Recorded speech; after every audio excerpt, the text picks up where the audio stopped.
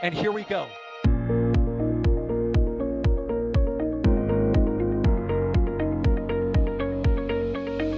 have liftoff. Propulsion continues to be nominal. R68 chamber pressure looks good. Doubling up. Roger, roger, planet. Bottom towers fly! Yes! Tango down to nominal. Flight downside SPD off. Bring in SPD off. It's orange! 145! Oh my god! Oh my god! Decollage. What is it? Put that in the big bag, you know. 343 unfolds to go. Indeed. We rise together, back to the moon and beyond. The methane will be igniting the flare, correct? Yikes. You dead? Sure. We don't need any more of these.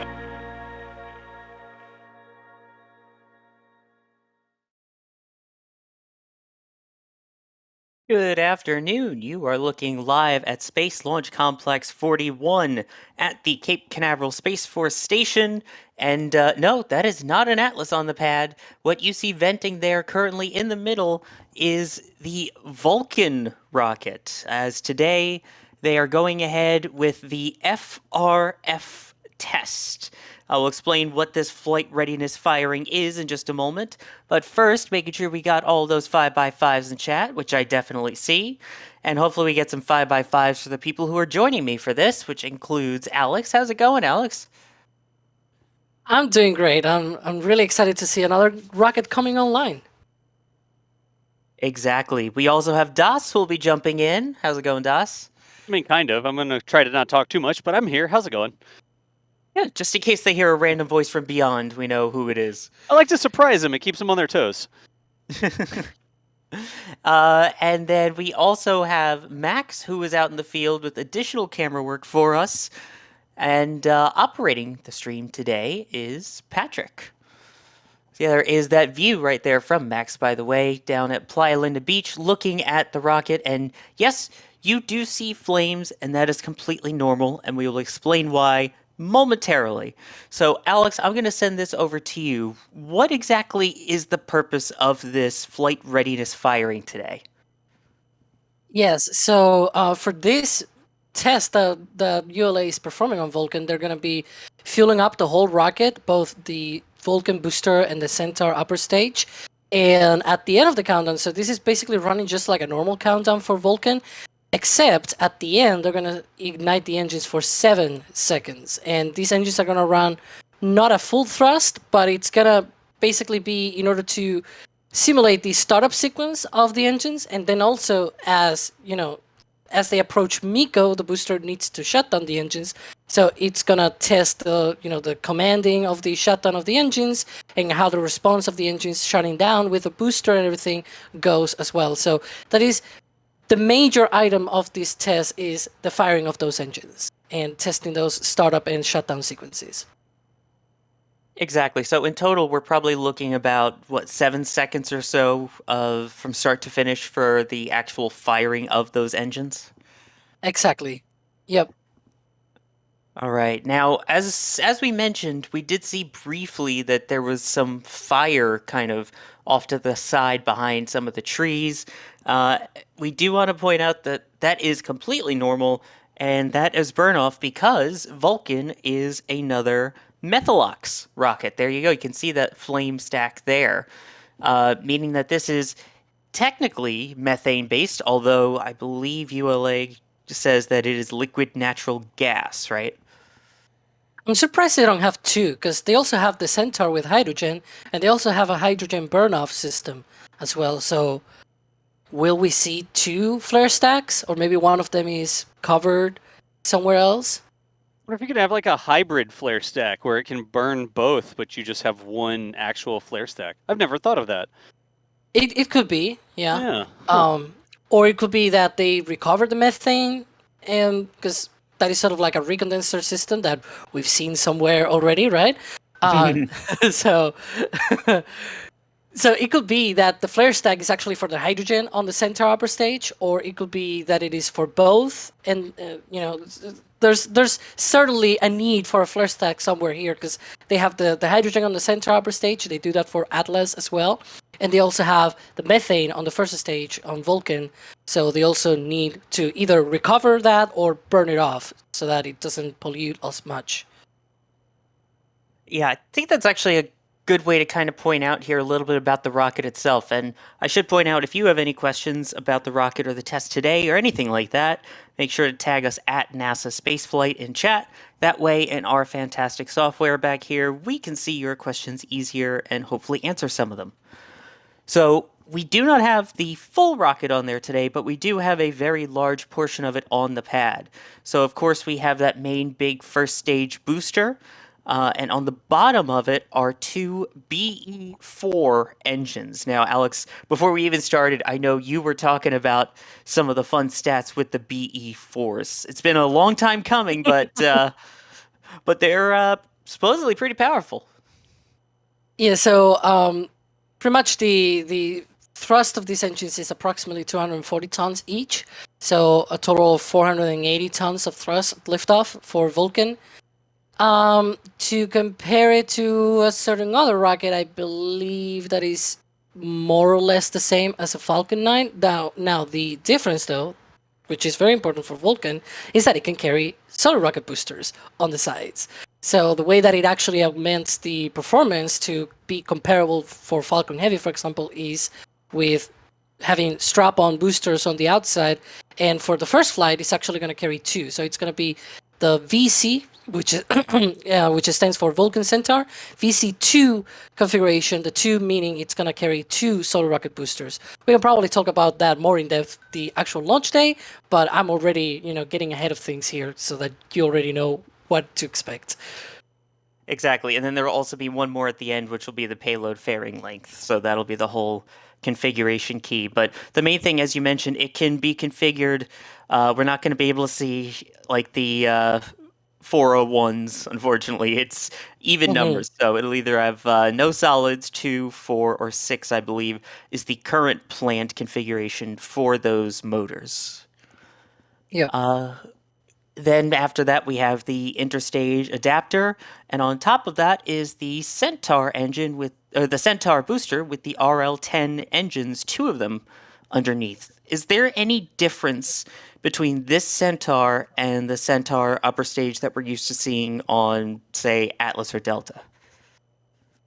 Yeah, so the Centaur that we have here on Vulcan is the Centaur 5, and the one on Atlas is a Centaur 3. And so the difference is, it's kind of hilarious because it's actually the size mostly, and also the thickness of the walls and the manufacturing processes have been updated for the Centaur 5. But the 5 and 3, it's funny because the Centaur 3 is about 3 meters in diameter, and the Centaur 5 is also around 5-meter diameter.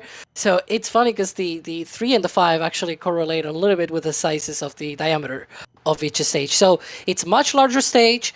It is improved capability because it has more tankage, more capacity to carry more hydrogen and oxygen, but it also has more updated production, manufacturing, and all of that. Because gosh, I cannot come up with the actual expression. I'm really sorry. And so because it is heavier, it's larger. Instead of carrying one single RL-10 engine, by default it carries 2. So the Centaur 3 on Atlas, it's actually the opposite. By default, it carries 1, and it's only in certain missions, like Starliner missions, where it carries 2 RL-10 engines on the Centaur stage. So it's a little bit the other way around. All right, and I do want to point out that we do just have a quick update from Tori Bruno, who is in charge over there at ULA, basically saying that they are aware of a lightning strike near Space Launch Complex 41. So just wanted to make you aware of that, as the weather at the Cape has been all over the place. What were you Can I do one thing? Can I do one thing? What are those 4 towers for? No. That's why they're for. Oh my gosh, yes. And again, it's not the towers themselves, it's the wires that are attached to those towers that help kind of guide any electricity away from rockets and all the, super special sensitive stuff. So yes, thank you for the link to that video in chat you go. already. Exclamation point towers. But yes, that is something that Tori says they are quote unquote working through now. So we'll keep an eye on that. And of course, we have been keeping an eye on the weather. Just before we went on the air, there was all lightning warnings were removed from the Kennedy Space Center area, but it does appear that there may be some storms rolling in, per Max, who is out there hopefully not getting super drenched. Yeah, for real. Max is out there, but we just sent Max a message to batten down and pack up the gear because it looks like it is going to be hairy out there, especially at Playa Linda. He's out in the open on the other side of the sand dunes, and you don't want to get caught out there. So we have the robotic cameras, which is what we're looking at right now, and we certainly want Max to stay safe and not get drenched out there. So if we don't have that camera, that is all good. That's why we sort of split up our resources here. Exactly why. Back to you. Thank you, Das. Much appreciated. Sorry. No, that's fine. That's why I introduced you so you could hop on in whenever the time was right. So let's see here. I want to thank a few people first before we continue on with more of your questions, which reminder, tag us at NASASpaceflight. Jim Cabot, thank you for gifting a Red Team membership. T. Evans, thank you for gifting a Red Team membership. Ryan, thank you for gifting a Red Team membership. And RC Horseman, thank you for gifting 5 Red Team memberships. Very much appreciated. We also have a few good questions in the queue here. Musical Wolves asking, why is there a flare stack for methane? Hashtag SN4. Yes. Well, yeah, you can go ahead. Sorry, if you have the. Yeah, so methane is a little bit different in the way that it kind of gets stored. If it builds up too much, it takes a lot longer to dissipate away, such as something like hydrogen, which is, element number 1 on the periodic table. So there's a lot less of that. So if you get too much of it in too much of a confined area, well, then that flame becomes a kaboom. So basically, the flame stack is taking away any of that potential excess methane that isn't just burning off on its own and burning it off with the stack. Is that about right, Alex? Yeah, pretty much. Yeah, basically it's a big goal to try and avoid the kaboom, so we do controlled flame instead of uncontrolled flame. The other way that you can do as well is to just recover it, just like they do at a Starbase for SpaceX's Starship, where they just recondense back the methane into the ground tanks, as it's collected back, and then you just liquefy it and put it back on the ground tank so that it doesn't pollute or anything and doesn't create any hazards. Exactly there. Let's see. Here's an interesting question from Sam asking, is this rocket 3D printed? So I think this is a good time to point out the difference between, because we have seen a Methalox rocket launch from the Cape, and this is a little bit different from that, especially in terms of size. So maybe we should take a second to compare what we've seen methane-wise at the Cape. Yeah, this is not 3D printed. There are parts that are 3D printed, especially for the upcoming iterations of Vulcan. They're gonna have the engines, the RL-10 engines on the upper stage are gonna be mostly 3D printed. I think up to 60% of the engine is gonna be 3D printed. Right now, it's using a little bit more old-style RL-10 engines, but later down the line, the later RL-10s that it's going to use are going to be mostly 3D printed. I'm not sure about the BE4 engine. It's very likely that our components are 3D printed, especially because it's a more modern engine, and so it probably has that more modern production capability where you have more 3D printed components and things like that, just like the Merlin engine and the Raptor and all of these other upcoming rocket engines. And obviously, for example, Rocket Lab also 3D prints their engines. And so even though the structure itself of the rocket is more traditional, the engines most of the time have either components or the whole engine is 3D printed. Yes, so we have seen Relativity space fly out of the cave so far. That was the one that Yeah. was majority 3D printed. Rocket Lab, which does not use methane, is highly 3D printed, including the engines. This one, getting there.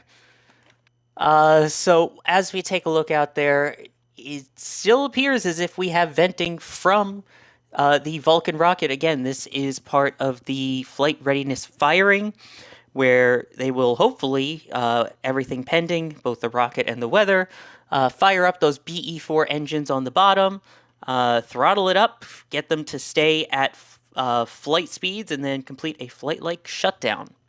That main thing, as we mentioned, though, is the weather. So if we have a second, it'd be great to take a look at the radar.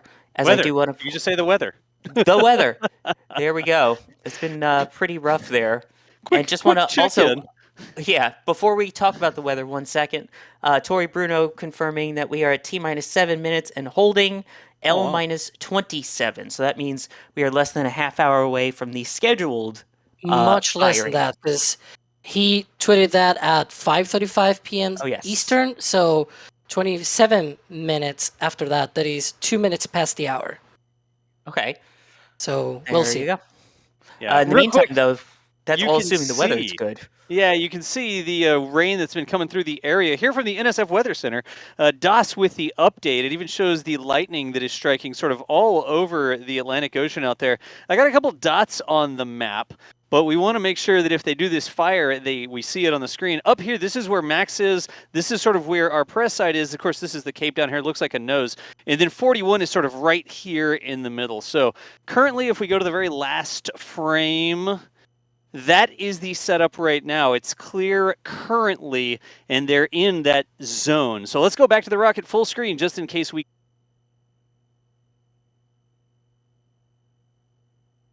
All right. Thank you very much there, Das, from the Weather Center. Back to you. It is appreciate it.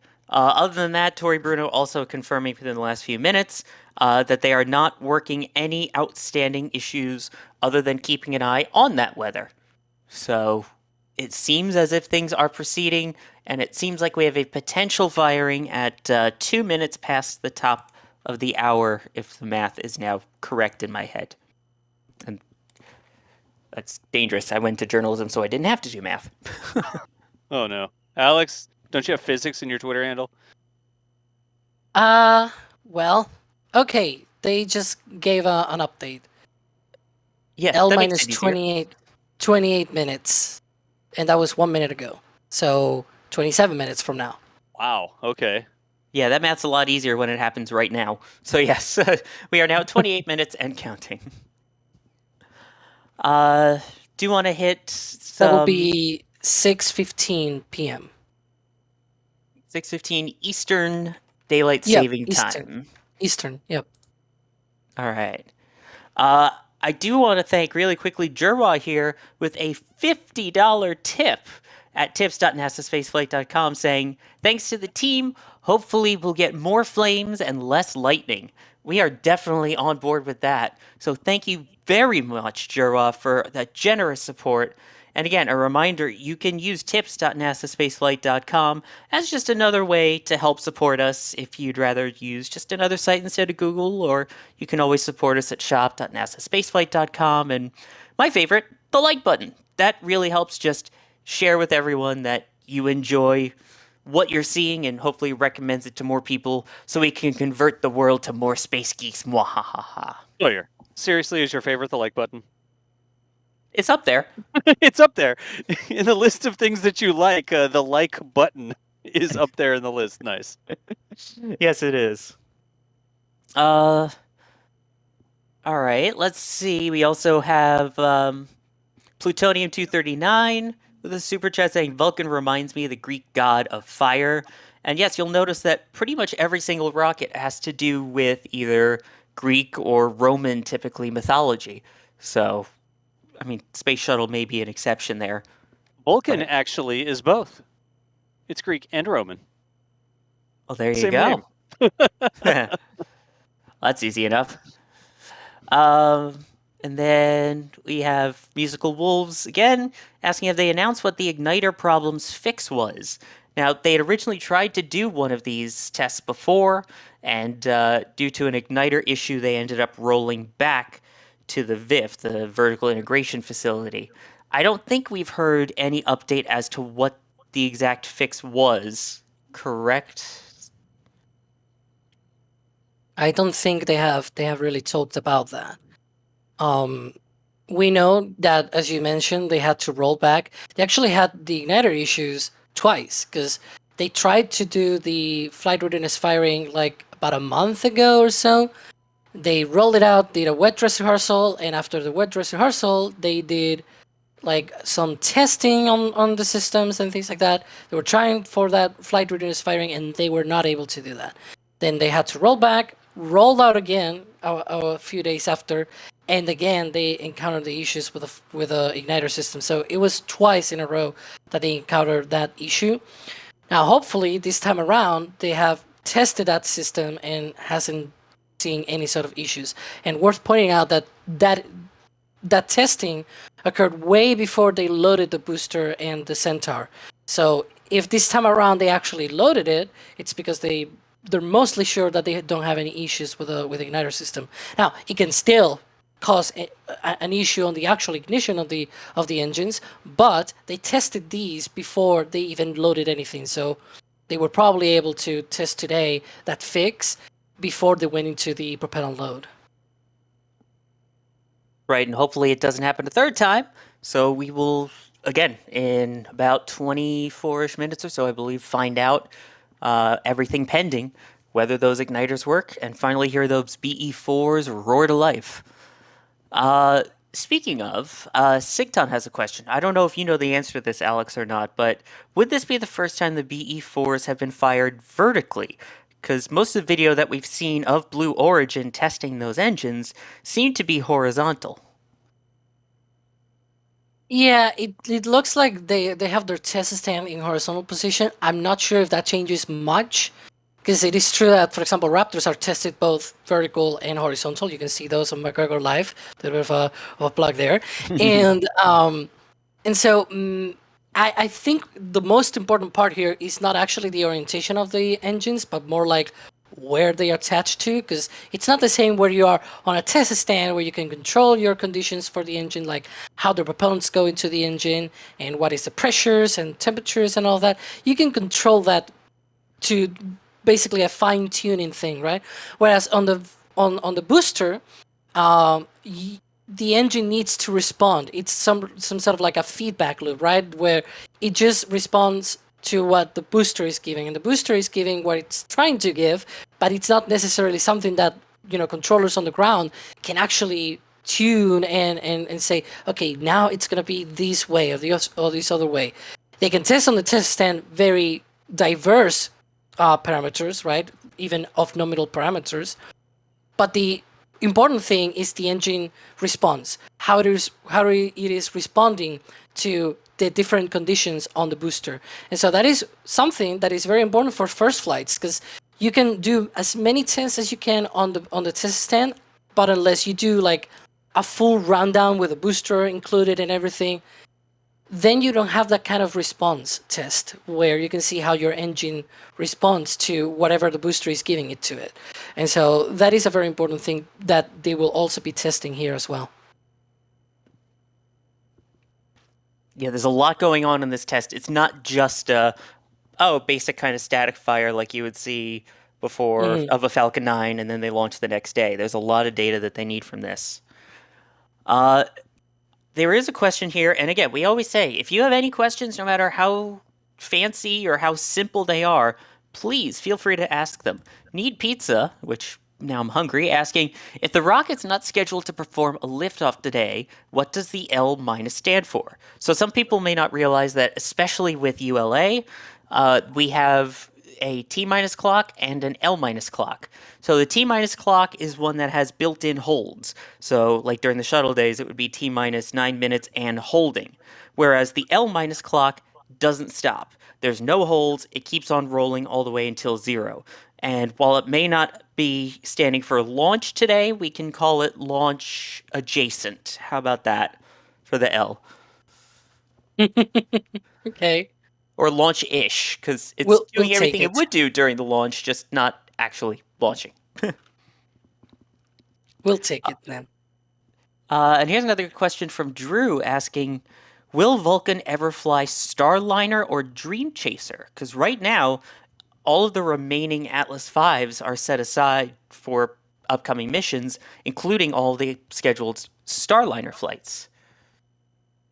Yes, it is going to carry the Dream Chaser that we know at least. But for Starliner, actually, when asked about it, Boeing is sort of like, yeah, maybe we're looking at it, and that's being a constant for like years and years, where Boeing has been asked, hey, once Atlas V is out of the market, what are you gonna do? How are you gonna fly Starliner? And so they're being like, yeah, whatever, like mumbling and not really saying a straight answer. And a lot of people assume that it's gonna be Vulcan. It's probably gonna be Vulcan, like with a 90% chance of that. But you never know, because if they're not saying it straight away, like what's impeding them from saying it, right? And so there might be something going on at Boeing or something, because they're like, yeah, well, whatever. They're not giving a straight answer. Which can be a bit frustrating, but again, we still have, as I mentioned, there's still plenty of Atlas rockets set aside specifically for those missions. So even though they're not making any more, they're basically on hold, for lack of a better way to put it, awaiting their launch. So this will be a multi-purpose launch pad, alternating between Vulcan and Atlas, which I think is interesting to point out, in that part of the design of all of it is that they made it so they could continue to have Atlas out there, do an Atlas flight, crew flight with Starliner, then roll out a Vulcan for the next flight too. So a reminder for people that are just joining in, you are looking at ULA's Launchpad, United Launch Alliance, at the Vulcan rocket, which is getting ready for a flight readiness firing. That is where they will start up the engines, throttle them up, and then hold those engines firing for about 7 seconds before performing a flight-like shutdown. So a very fancy static fire. And a reminder, this rocket uses liquid methane, or as they call it, LNG, liquid natural gas. So it is a Methalox-powered rocket. At this point, we were told that we have a countdown that should be about 10-ish minutes or so from now, I believe, until the BE-4 engines on the base there ignite. Did I miss anything? No, I think you're good. We're sort of reverse engineering from the countdown from tweets and stuff like that. So I don't think we have an exact time. It's just like, oh, it got tweeted, and then it's like a nice round number of minutes, right? It's not an exact TZ or anything. So we're going to keep an eye on it and make sure that we see what happens, and hopefully this comes in before more weather hits the area, because it is typical Florida day out there, I guess you could say. Yeah, especially during this season, that's for sure. Yeah, right. Yeah, because you see now the stream here. There's a lot of blue sky on the far background. Yeah. That means that the clouds are behind. So they are in the part of the cameras. That is a trick in Florida. When you see a lot of blue sky in the background in front of you, the clouds are behind you. So there's always clouds. You just need to find the right direction where to look at. Alex is going to take my job in the NSF Weather Center. Nice. Back to me. I've watched too much of a Space Coast Live. Nice. A little bit of a plug there. Sawyer, we should install like the NSF Weather Rock, but it would be like a live stream camera on a remote solar-powered rig that's looking at a rock, and you can tell what the weather is by looking at the live stream of the rock. How's that sound, Chad? Does that sound like an NSF thing to do? Yes, please. I would love that. All right. Well, we have a minute here. Dana Stripes, thank you for becoming a Pad Rat member. And Tanner coming in here, getting something from the store, saying hello from the dev team, smiley face. Hello, Tanner, and thank you for grabbing one of the items from the store at shop.nasaspaceflight.com, which, speaking of, I've got big news about the store. Stuff is going away. Oh, geez. Some of your favorite prints are going away. I know it's sad, but that means now is the time to get some of these last chance prints as we clean up the store and get ready to bring in even more photos. So make sure you check out the special section on shop.nasaspaceflight.com and get them before they disappear forever, ever. Real quick, so your new updates from ULA. The ULA's coverage now says that they will begin at 6:45 p.m. Eastern Time. Looks like a little bit of a slip there. That is 44 minutes from right now, if my clock is right. But that is an update from ULA, 6:45 p.m. Eastern, when they want to start. Hang in there. We'll keep talking. Oh, we've got plenty of words. Don't worry. We won't run out of words. Yeah, We've been especially live looking at Frosty rockets for way longer. Yeah, that's true. tell me Back about in it. the day, these like spoiled people who have hardly watched any tanks in their time, and they're like, "Oh, why is it not happening in 10 minutes?" It's like back in our day, Yeah. at Starbase, when there was nary a piece of LN2 tankage to actually fill up the stainless steel rocket, you wouldn't know unless it was uphill both ways or something like that. It didn't ever snow at Starbase. So, anyways. Back in my day, all you had was the ice teams and the cameras looking at the external tank on the shuttle, There you go. which was hours. And they insulated it so you couldn't even see the frost. Or Exactly, whatever. I and don't if you know. could see the frost, that was a bad thing. Yeah, exactly. It's a bad thing if you could see it through the Sophie. Wait, Sawyer, it was Sophie for shuttle too, right? We call it Sophie? Yeah, the insulation foam. Yeah. Yeah, the insulation, the spray on insulation foam. I know it's a ULA term from the time hanging out around Delta 4, but I just say that all the time, and I don't actually know that that's the right term to use for everything else.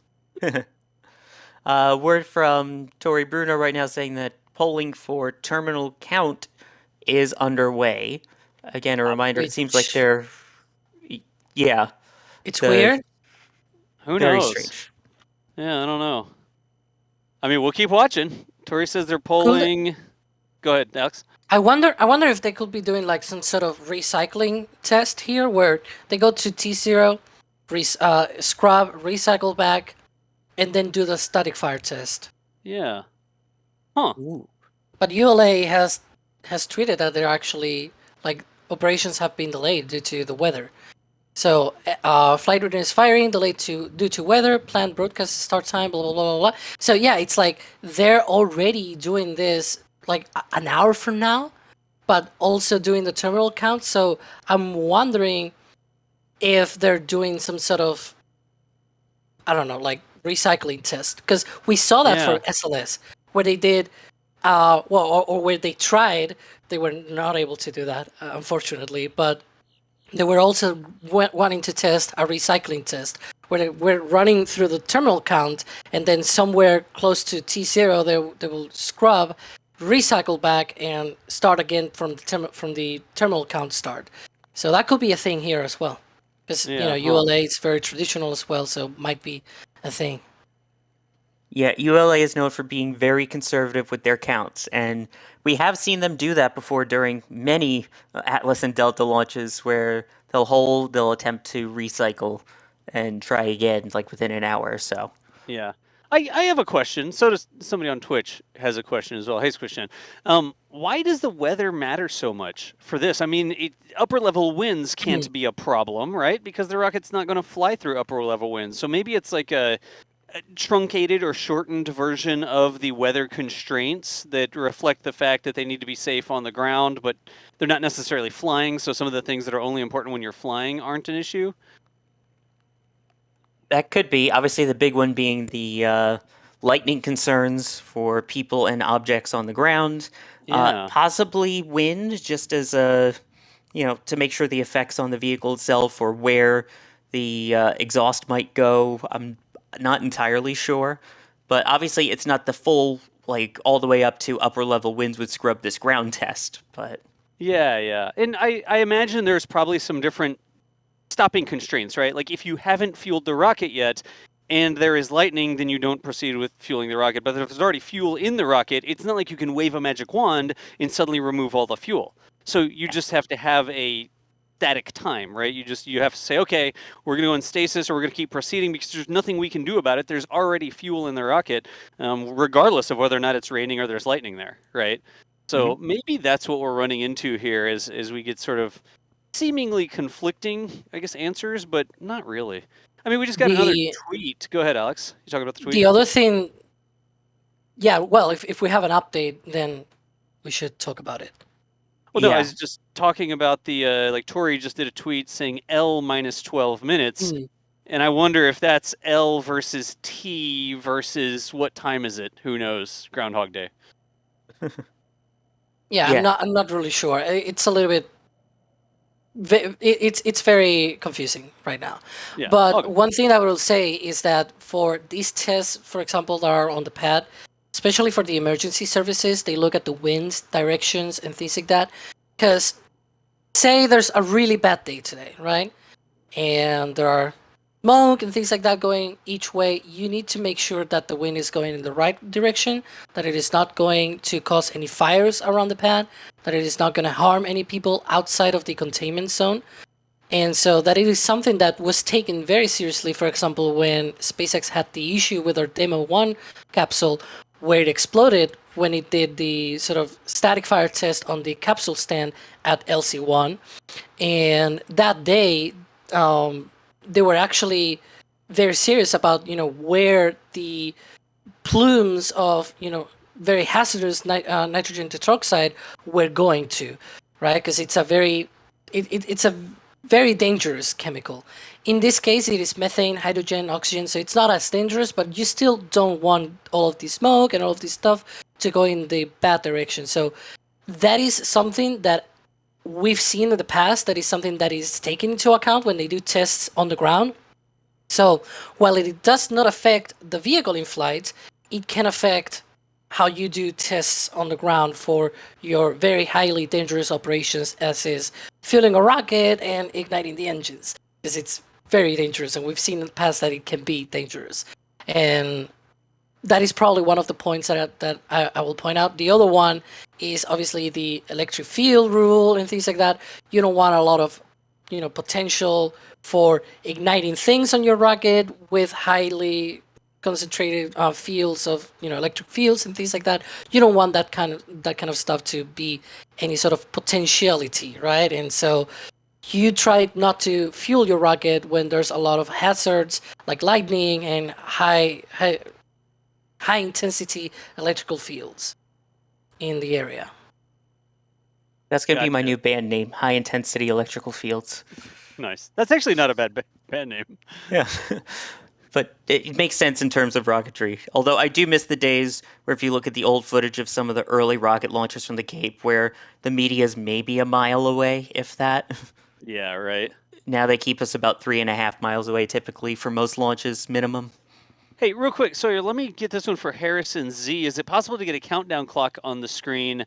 It's a flexible situation right now, like a fluid situation, and we don't have an official exact T0 from ULA. We're getting tweets from Tori, and he's talking in L minus times, which doesn't mean, like, look at your clock, and that's what you can subtract, right? So lacking an exact T0, knowing that the situation with the weather specifically is really fluid out there, because air is a fluid, right? And so the weather, anyways, whatever. We don't have an exact time that this might happen, so we're not going to try to put that on the screen, right? Exactly. Let's see. We've got a couple of people giving us some support here. Laurel Sagan, thank you for the super chat. So slightly off topic, but since we're at Slick 41, they're asking, do you think Boeing should or will do another flight test before the crew test? And hello from New Zealand. If I had to put money on it, no, because it doesn't seem like the issue is all that much with having to refly everything without the crew again. They've done their test flight. It's just fixing these issues with the parachute and potentially the tape and these minor, well, not minor, but these things they found that lowered the safety margin. So if I had to put money on it, next time it flies will be with crew. Jim Cavett, thank you very much for supporting the NSF Weather Fund here, saying NSF Weather, yes. So I think we got to work on that now, Das. I mean, what is that to buy the rock, or is that for the camera? I'm not sure which one that is. Depends We on could how just- fancy of a rock. Well, if it's at Starbase, there's plenty of free pieces of concrete sitting around. Hey, Not wrong there. And then Brandon Land, thank you for support. Yes, we miss Chris G, but he is living out his dream with another aerospace company. Olin, jeez. Yeah. Start getting referral fees. Here's an interesting question, especially while we're at this camera view. We've got Falcon's Maze asking, do you know why it looks like there are two arms, so to speak, on the strung back or whatever is holding the rocket? Why does it look like there's kind of chopsticks there? I'm Oh, looking. you mean the Back of the the tower- transporter, I guess. Yeah, go. Yeah, Alex. Yeah. exactly. the tower on the MLP? I'm not sure what it is for. I think it's probably part of just the setup that they have for the umbilicals for the fairing, because that's where sort of the fairing will go on Vulcan. So you will see sort of the tip of Vulcan coming out of that tower around that point.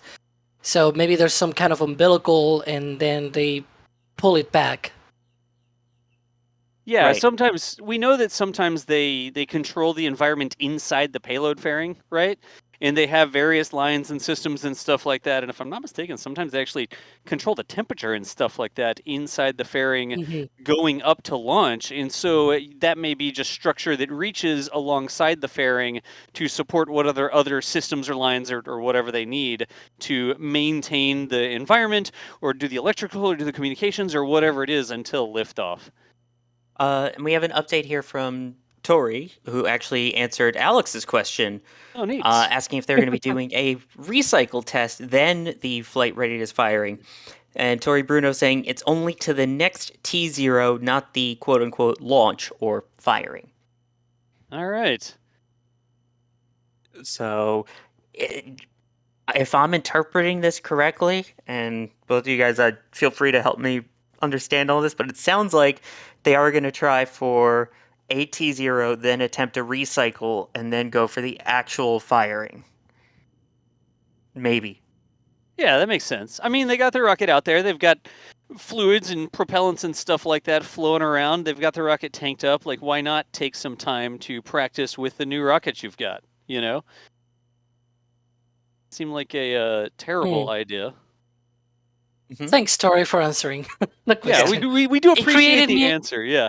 Exactly. It created me more questions. So hey, I'm asking more questions. So there you go. Hashtag engagement, I guess, huh? Yep. Works out great. Yep. And yeah, he's tweeting out teams of people out at the boardwalk, including our poor Max hiding underneath the camera covering there. So Max, I don't know if you're still here us, but stay dry, please, and stay safe. Yeah.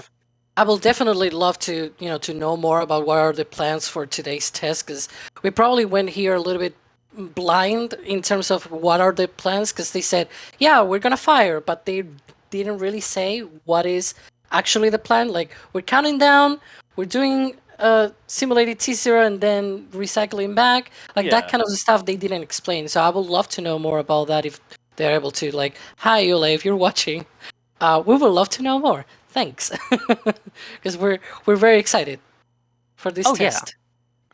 Oh, absolutely. This is really cool. I mean, it's a new rocket. All rockets are good, but I mean, new rockets are so cool. So you get to see everything developing from start to finish and finally getting to see this thing hopefully fire up its engines at the next T0. Let's take some more of your questions, speaking of, in the meantime. Here's a question from Daniel asking, is Centaur on top of Vulcan for this? And I'll add on to it, if they're just firing the BE-4s, why would they do this? Oh, Alex? because you will want to do that with you. So the reason why they have Vulcan, excuse me, the other way around, why they have Centaur on top of Vulcan is because you will like to have, how to say that. Right now, for example, they're doing this recycling test where they're running down all the way to T0. You will like to have that upper stage because then you can also test how fueling the upper stage with the booster and things like that. They already done that, but they haven't done the recycling part where they've gone to T0, they stopped the count, went back, and then recycled again the count, and now went to the actual T0 with a static fire engine. So I am mostly sure that's probably what they're looking here, the interaction of both Booster and Centaur and doing that recycling test where they run all the way to T0 and back and all of that. So it's just gathering more data at the end of the day. If that's a very plausible answer for this. It's probably not the full answer. There's probably more stuff that we want to test with a Centaur, but, as Jack will say, more data, more better. So if you have more testing with your upper stage on top, then that's good. Exactly. And along those lines, more data, more better. So we've got, the booster, you've got the interstage, you've got the Centaur.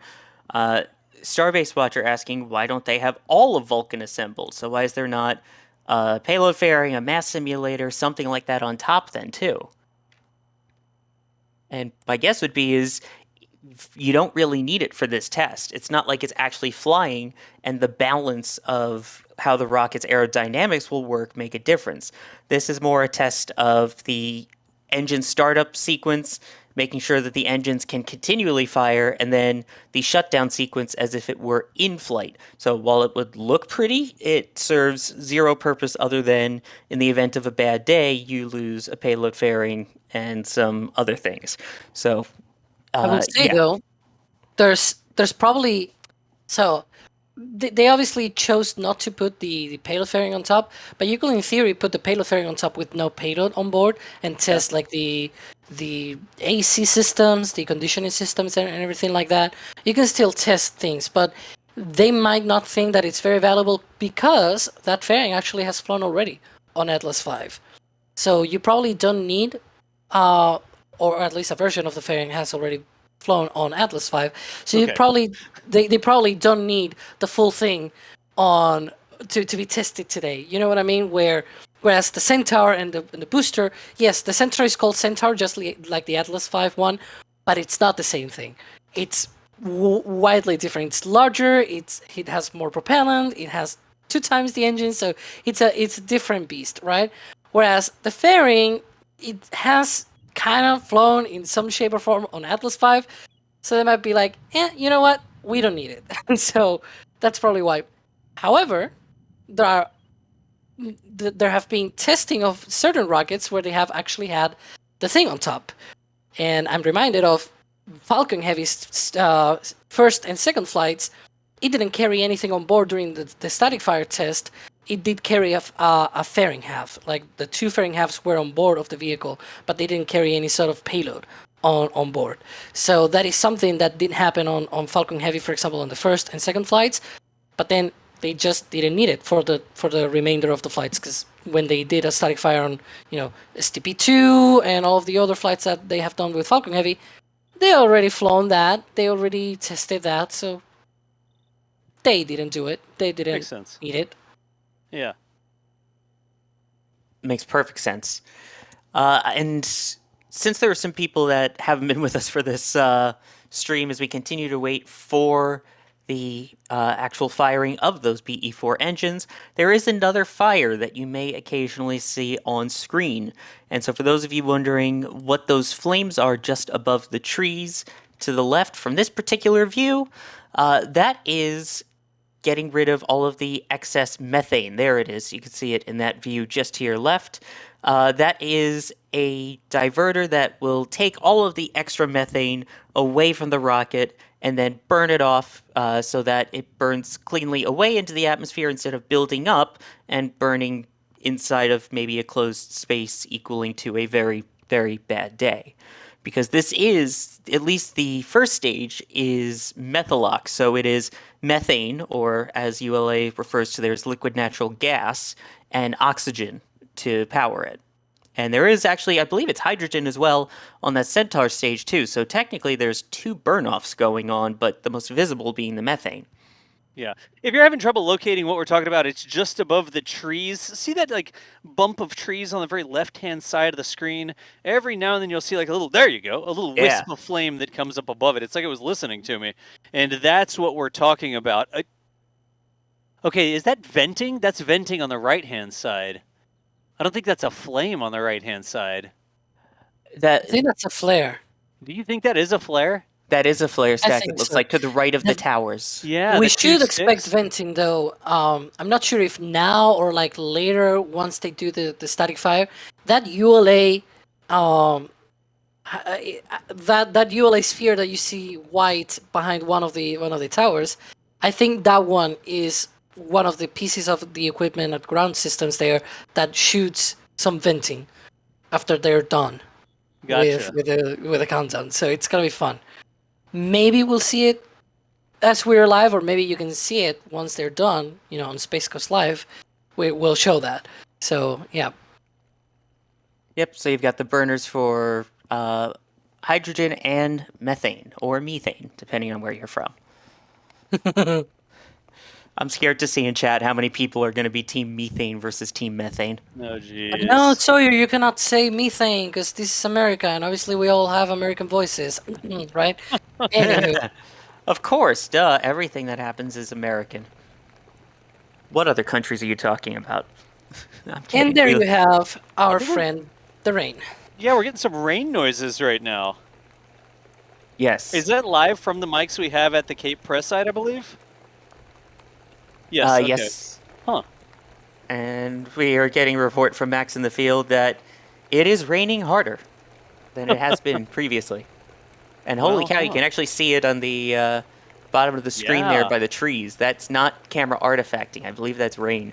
No, that is definitely rain, and it's a moderate amount of rain, and it's sort of near the camera, but it's not raining, I'm going to say, as much out by the launch pad, because sometimes when it's really coming down, we won't even be able to see the launch pad.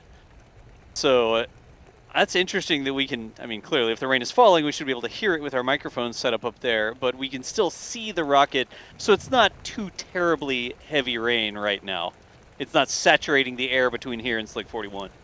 Remember the weather trick that I said before? What, Now the you can live see it's stream raining.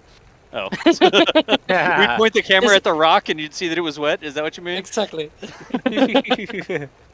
Because it was like, oh well, it's terrible weather, and you were able to see that like this blue sky in the background. But no, it's because there are clouds behind the camera, and they've just come here. That's the rain that I was talking about. I like it. We could do the whole weather thing because it's like, oh, if the rock is wet, then it's raining, and if the rock is swinging, then it's breezy, and if the rock is sideways, then it's like whatever, it's gusting, and if the rock is gone, they must have tried to launch super heavy again. You were saying about still being able to see the rocket on that camera? Exactly. You knew it was going to happen. This camera is about 3.89 miles away from the pad, so almost 4 miles of atmosphere. Alex, you can convert that for me. Between the camera and the launch pad, and now you can see there's a significant amount of rain between here and there. Yeah, significant I think is a good word for it. That is not buffering or anything. That is not YouTube being YouTube. That is Mother Nature being Mother Nature in Florida. That's all the all the cameras we have at Cape Canaveral right now. There you go. You can see the parking lot there in the foreground, but you could barely see. I guess the VAB would be off to the left of this shot. And that would be invisible too, I believe. Yeah, do we look have at the this. radar maybe that we could pull up at least so you could see how bad of a storm this is? Yeah, the NSF Weather Center is still in service. Beautiful. I don't know if we're still getting that. There we go. Let me hop over to the latest frame. There's where we are right now, and you can see here in the middle, y'all, that is the press site right there, and this big storm track moving along this line here. So that red is the reason we can't see the rocket. And it's going to continue right over the top of 41. Slick 41's almost due east here, and so that will take a little time to pass. Am I the only one not seeing the dostration? Well, we saw it for a second, and then it went away, I guess, right? Did we actually see that? I thought we saw it. Anyways. Anyway. I was acting like we would see it. Yeah, I thought we did, unless I just looked incorrectly in our preview back here. But yeah, no DOS art showed up. Refresh. Thank you. There we go. There we go. All right. Sometimes the way we've got it set up requires a little kick to keep it going. So what I was saying before I was so rudely interrupted by Indy Bridge, this is the big cell that we're looking at. The red dot right there in the cell is actually the camera location, and then Slick 41 is over here to the east. You can see the track of that is sort of going in this direction, so not a lot behind it over here, and hopefully this passes and doesn't affect the test, and we get a clear shot back in that direction. We're back over towards Slick 41 over at the Space Force Station shortly. Back to you. I just like saying that. I don't know, it's like signing off the weather update or whatever. Oh, I used to do it all the time when I actually did on-air stuff and TV news. It doesn't get old. It just feels like we know what we're doing. Wait, we do? I mean, if you say yes, back of course to you, we do. Yeah, if you say back to you, of course it sounds like we know. But yes, so the weather is definitely something that we will try to keep an eye on if we can actually see anything besides the rain itself. And I see all of the Vandenberg jokes going on in chat as well. Nice. Yeah, this is rain, not fog. Look at that. Yeah, because then it will be a Slick 3. So this is Slick 41 for Vulcan. Right. I mean, if, maybe the other will probably do it at one point. We'll see. Right. This isn't USSF 44. Where it goes and you don't get to see it. Yeah, exactly. That was like Vandenberg. This is just all the rain. This is Florida. Yep. Don't like the weather, wait 5 minutes. It's the Yeah. running joke. So while we have some time, though, let's at least acknowledge a few people here for their support. Nice. Sam Halter with a $20 super chat saying, keep up the great work. Thank you very Sam. much. Yeah, Sam is a longtime viewer who we see in chat quite often. Good to hear from you, Sam. Sam. Did I just say Sam? Sam? Mhm. Anyways, hope you're doing well. Thanks for stopping in. First we had pizza, now you're saying ham. Just trying to make me hungry, aren't you? Thank you, Sawyer. Yes, it is almost dinner time here, Eastern Standard Time. Of course, Tracy coming in with the gifted Red Team membership. Thank you, as always, Tracy. Plutonium239 coming back saying, no need to apologize, but yes, Vulcan is the Roman god of fire. I wonder if And they were then- correcting me, Sawyer. Because I think earlier I said it was Roman and Greek, and then I was like, wait a second. I know that they have a god of fire, but then I had to go and Google it, and I was like, wait a second, that's like Hephaestus for the Greeks and Vulcan for the Romans. Maybe that was intended to correct me, Plutonium. If that's what you were doing, my bad. And then SA with the super chat saying, happy Wednesday, guys. Got a close-up look of the SpaceX booster while going around 39B. Where can you share the photos for the group? If you're in our Discord, that's a great place to put it. If you're on the forums, and if not, you could just tweet it and mention it to us. We'd love to see it. Just tweet us, and if you tweet it and tag us at NASASpaceflight, that's an easy way to see it, or whatever social media you use. We're basically Exactly. everywhere. Yeah. Now, this is a topic that, as we continue to wait, that I really wanted to hit about reusability, because obviously that's something that we've seen a lot of in the recent years. We'll start with the first stage. Alan asking, is the booster reusable? So what's the plan for the reusability for the first stage, Alex? Obviously not this particular booster, but going onward.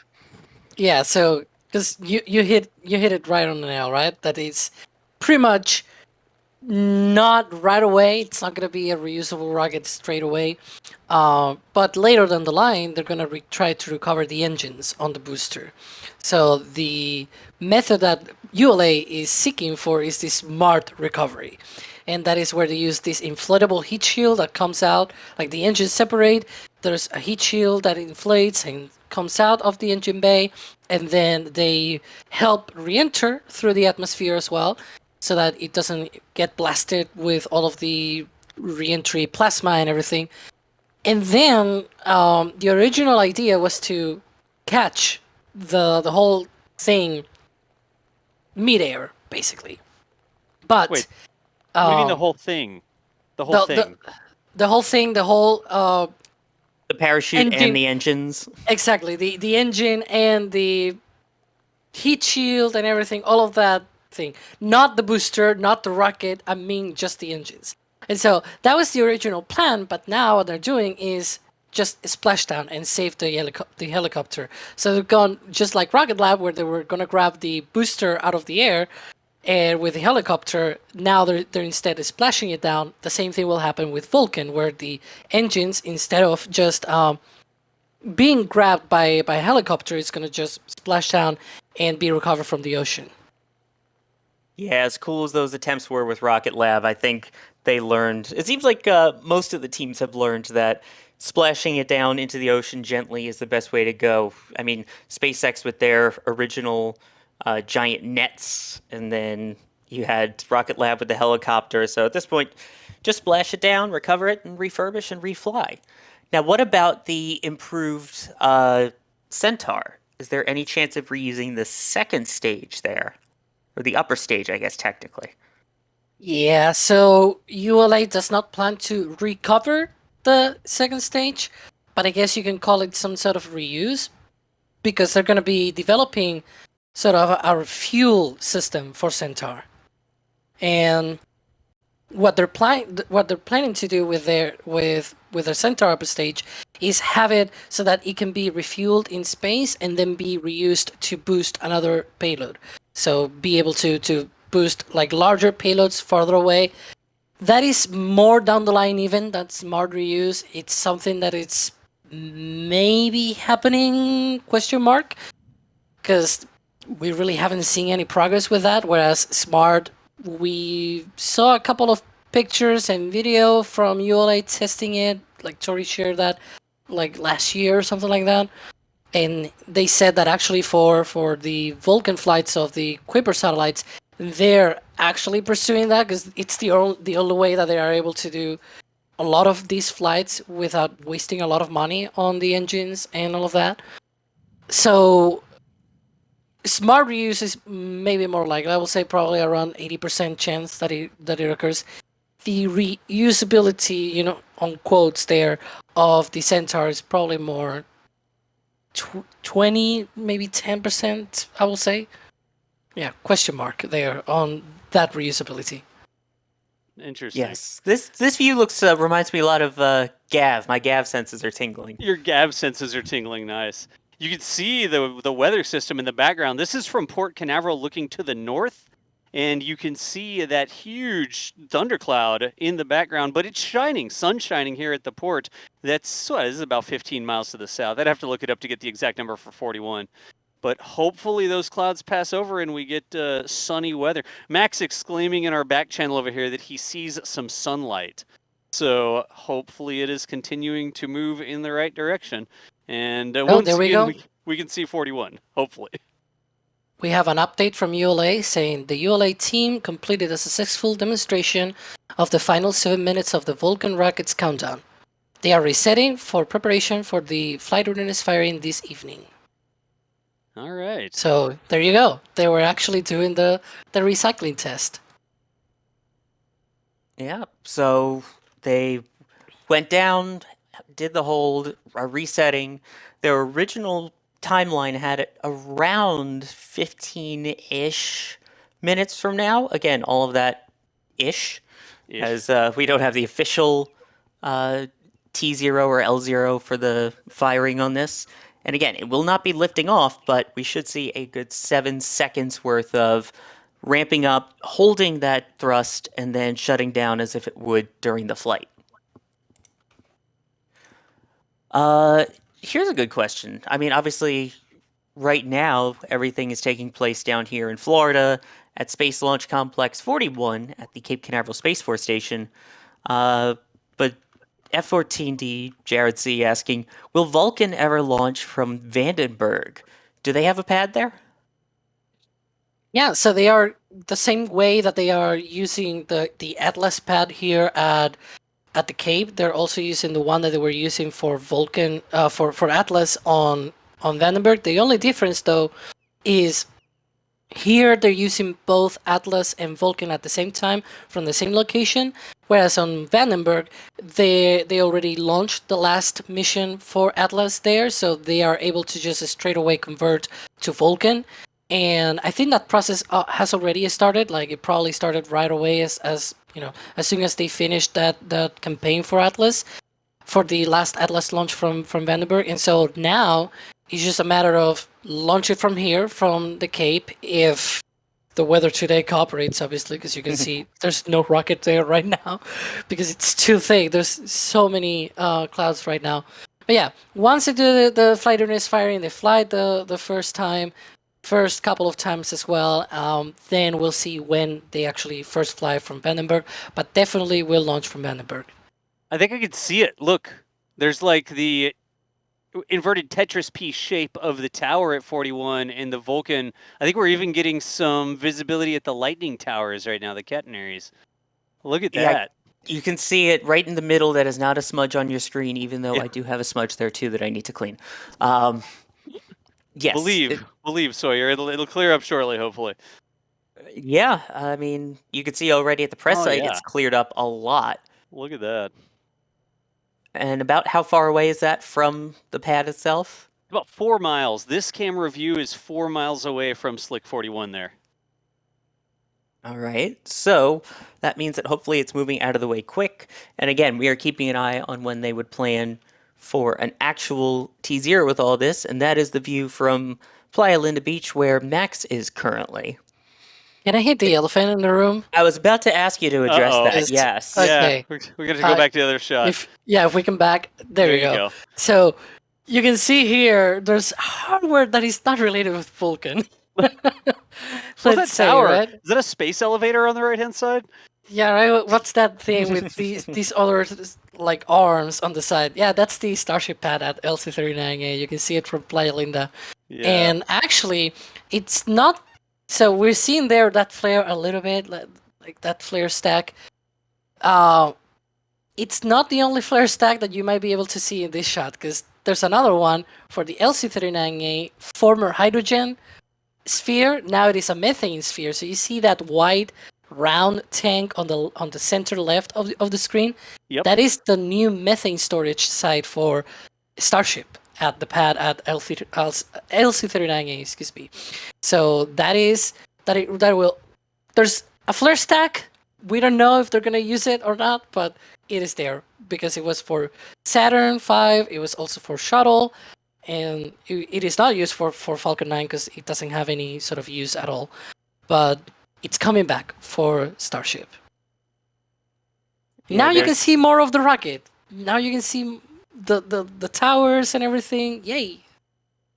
Oh yeah, it's definitely getting more visible. The 4 towers. You have the crew access tower, and then right there in the middle, that is Vulcan, which is still venting away, or at least frosting away. Not sure if that's an actual vent or just the condensation of the supercooled propellants as they hit the obviously very warm, humid Florida air and dissipating away. Mm-hmm. And you can see, I haven't seen the other flare stack, the one on the right. It was seen before. I wonder if that's activated at the end of the count. Yeah, look, there's one on the left, which we were talking about before behind the trees, but there was another one on the right, and now it is not active. It was active before, around the time of their simulated T0 during their terminal count simulation. So I wonder if it's related with that, with their detanking procedures. Probably not detanking, but more like recycling procedures. Right, and the theory I believe is that would be for the hydrogen burn-off, correct? Potentially? It could be for that. It could be I'm not sure which one is the hydrogen, which one is the methane. It could be also the methane, and the other one behind the trees is the hydrogen. I'm not really sure. It most likely might be the methane one, because usually you have some sort of reclamation vent somewhere on your ground systems. So maybe that is what they were testing. Not fully sure though. Probably something to ask ULA. Hey, how's your GSC doing? Right? And Nice. Jack Bayer, our own Jack Bayer, is on the chat, and I'm seeing that he's complaining that people are saying that this is, it's like Vandenberg because you cannot see the rocket, and you. It is not like Vandenberg because you can see the rocket. Yes. Like if Wait, you go I can- literally to Vandenberg, you cannot see the rocket because it's behind a hill. So. So that would be there why you it go. cleared up, because Jack popped in the chat. Okay. Look, I got it. I don't know, Patrick, if you've got present right now, but I can clear this up for some folks. Go for it. There you go. How's that? There you go. That helps. Sorry, I had to do it. That's all right. Jack is mad now with me. It's true, Jack. It's true. Every rocket on Vandenberg, it's always behind a hill, so you cannot see it either way. If it's clear weather, you cannot see it. That You is see true. just Earth. Yeah, it's Right? like there's not really any public viewing where you can see the rockets on the pad at Vandenberg. You have to sort of sit on the bottom of a hill, and then the rocket launches, and at T plus 10 or 15 seconds, it goes above the hill, and you're like, hey, it launched. Or you can go way away, like to, what's the name of that road out there? Harris Grade, and you're like, what, 20 miles away from the rocket or something insane? I don't know. Anyways, it's nice out there. It smells like broccoli, though. Huh. It does. I don't know what to do with that information. You can see the tip of the rockets from Ocean Yes. Avenue. Oh, the tip of the rocket. Oh my gosh. Jeez, how exciting. That is amazing. There's broccoli. No, there's broccoli fields. Sawyer, they grow broccoli there. And you drive by a field of broccoli, and all of a sudden you smell broccoli, and you're like, what the heck? It smells like broccoli. And you look over, and there's broccoli in the field. It's weird. I've never experienced that until I was out of Vandenberg. Moving right along. I shouldn't probably joke about this because Jack is technically partly my boss. So. Anyway, continuing along here. Again, the Moving right original plan was, I believe, around 6:45 p.m. Eastern time, obviously give or take a few minutes or more based off of any holds or issues that may arise. But we are getting much, much closer now to the expected flight readiness firing, which, a reminder, again, for those of you that are just joining us here, this is the United Launch Alliance Vulcan rocket sitting on Space Launch Complex 41 at Cape Canaveral Space Force Station. The goal of this test, it is fully fueled. The booster is liquid, is methane and oxygen, and then you have hydrogen, oxygen for the Centaur upper stage. The only thing that will be burning, though, is that booster, and that is expected to have a test where they will ignite the engines, ramp them up to flight power, hold them at flight power, and then test turning them off as if it were mid-flight for an estimated total test time of about 7 seconds. And this will be big as we get to see the premiere as well of those BE4 engines on the bottom. While we have a second here, Alex, can you explain what these BE4 engines are? Because I know we've waited a while for them, but they are meant to be very powerful. Yeah, so these engines are obviously methalox engines. They consume methane as the fuel, oxygen as the oxidizer. They have about 240 tons of thrust for a total of 480 for the whole booster. That is, again, for a sense of scale, is about more or less a little bit the same thrust as a Falcon 9. And the difference, though, with other methane rocket engines, for example, the Raptor engine. The Raptor engine is full flow stage combustion cycle engine. It means it has two preburners where it has an oxygen-rich preburner and methane-rich preburner. It's closed cycle. This one is also closed cycle, but instead of having 2 preburners, it only has 1. It's only having the oxygen-rich preburner. So you have this oxygen-rich stage combustion cycle that is for the BE4 engine.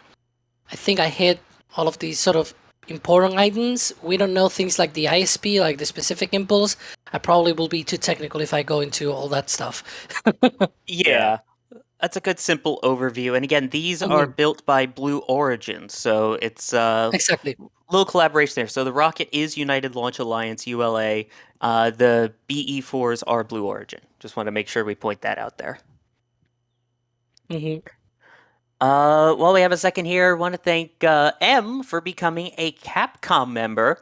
Really appreciate that. And a reminder, if you are Capcom and above, you get access to our Discord channel. So stop on in and say hi. And thank you for becoming a member there.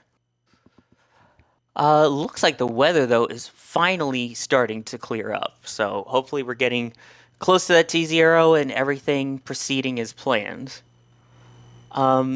Here's a good question from Brian while we were talking about the engines. How many engines are on this rocket and how many stages? Yeah, so the booster has 2 BE4 engines, and the upper stage, the central upper stage, the second stage, has 2 RL-10 engines from Aerojet Rocketdyne. So the BE4 engine is from Blue Origin, as you mentioned, and the RL-10 engine is from Aerojet Rocketdyne. And it is possible that in the future they might be able to add kick stages on for any other payloads that may need that, correct? Yeah, sort of like we saw, I think it was the Delta IV Heavy that carried the Parker Solar Probe. It carried a kick stage on top of the Delta Cryogenic second stage, which was like bonkers for the Delta V, like the impulse, the yeet that it was able to give to the probe, right? So yeah, it might have on some special missions some kind of third upper stage, but it will not be provided. Like, it's not something that ULA offers, right? It's not that something that by default you will find, hey, ULA, we want this thing to, like, no, that is something that the customer will have to provide and things like that, similar to the Delta IV Heavy as well. And then if you count other engines, they do have the ability to attach the solid rocket motors, either 2, 4, or 6 configurations.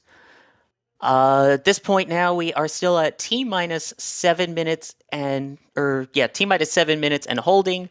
Reminder, a T-minus clock is one that can have holds and stops in it. The L-minus does not stop unless there is a hold for the whole launch, whereas these have built-in holds. So this is the built-in T-minus 7 minute holds that we are currently in.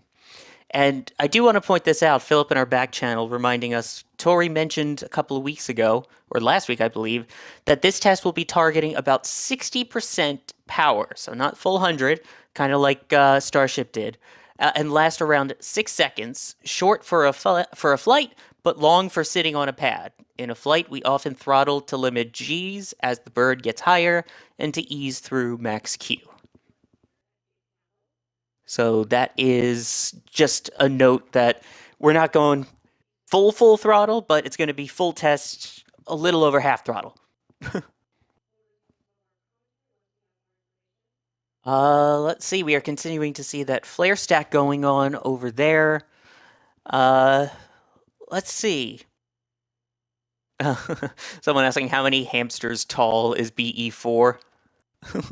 I think those are quite a few hamsters tall. Here's an interesting question. I don't think we know this officially, but Nick's asking, does this particular booster during this test right now have the flight termination system installed? That is interesting. I'm not sure it does have it. Usually you don't need it for these ground testing campaigns. Yeah, and unless you were specifically testing something with the FTS, I don't know that it would be required if you have no intention or possibility of flight. But technically, do you have possibility of flight? Like, what wacky set of scenarios would collude to make the rocket actually take off during a flight readiness firing? I wonder, because clearly you need a way to stop the rocket if it accidentally takes off. but that doesn't seem like a Oh. thing. Look at that. Wow. Speaking of the The BE4s, business end of the Vulcan. Tori, there's your engines. there you go. Those are the two BE4 engines that will hopefully be firing up for us very shortly here. Nice. Just leave it on that camera. Look at the paint job on the Vulcan is all iced over. That's cool. Yes, normally there's a little red swoosh, and I believe it's more of a silvery white, and yes, that is all pretty much all frost. Probably a reason not to paint the rocket. Yeah. That is true. I'm an outlier here, and I don't like the paint on Vulcan. I like it. It's like it's like one of those mugs that changes colors when you put coffee in it, except backwards because you get it cold and it becomes a different color instead of getting it warm.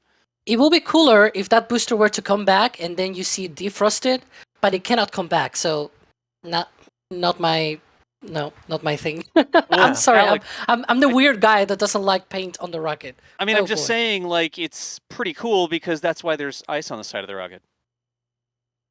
See, my thing would have been if they kept the original swoosh designs like they'd planned for the solid rocket boosters for SLS, the parts that don't get Yes. frosty. Yes. But I understand it for a rocket that's going to get this frosty. Because again, a reminder, these are very super cooled propellants and oxidizers inside this vehicle. We're talking, I believe liquid oxygen is what, negative 231 degrees Fahrenheit? Which is about 908. I think it's minus 190 or something around that Celsius, and the methane is about minus 150, I believe. Yeah, that's It's very cold. It's very cold. That's about negative 260-ish Fahrenheit. Yeah, and the hydrogen is even colder because the hydrogen is something like 50 degree Kelvin or somewhere around that, which is like minus 230 Celsius. So that's really cold.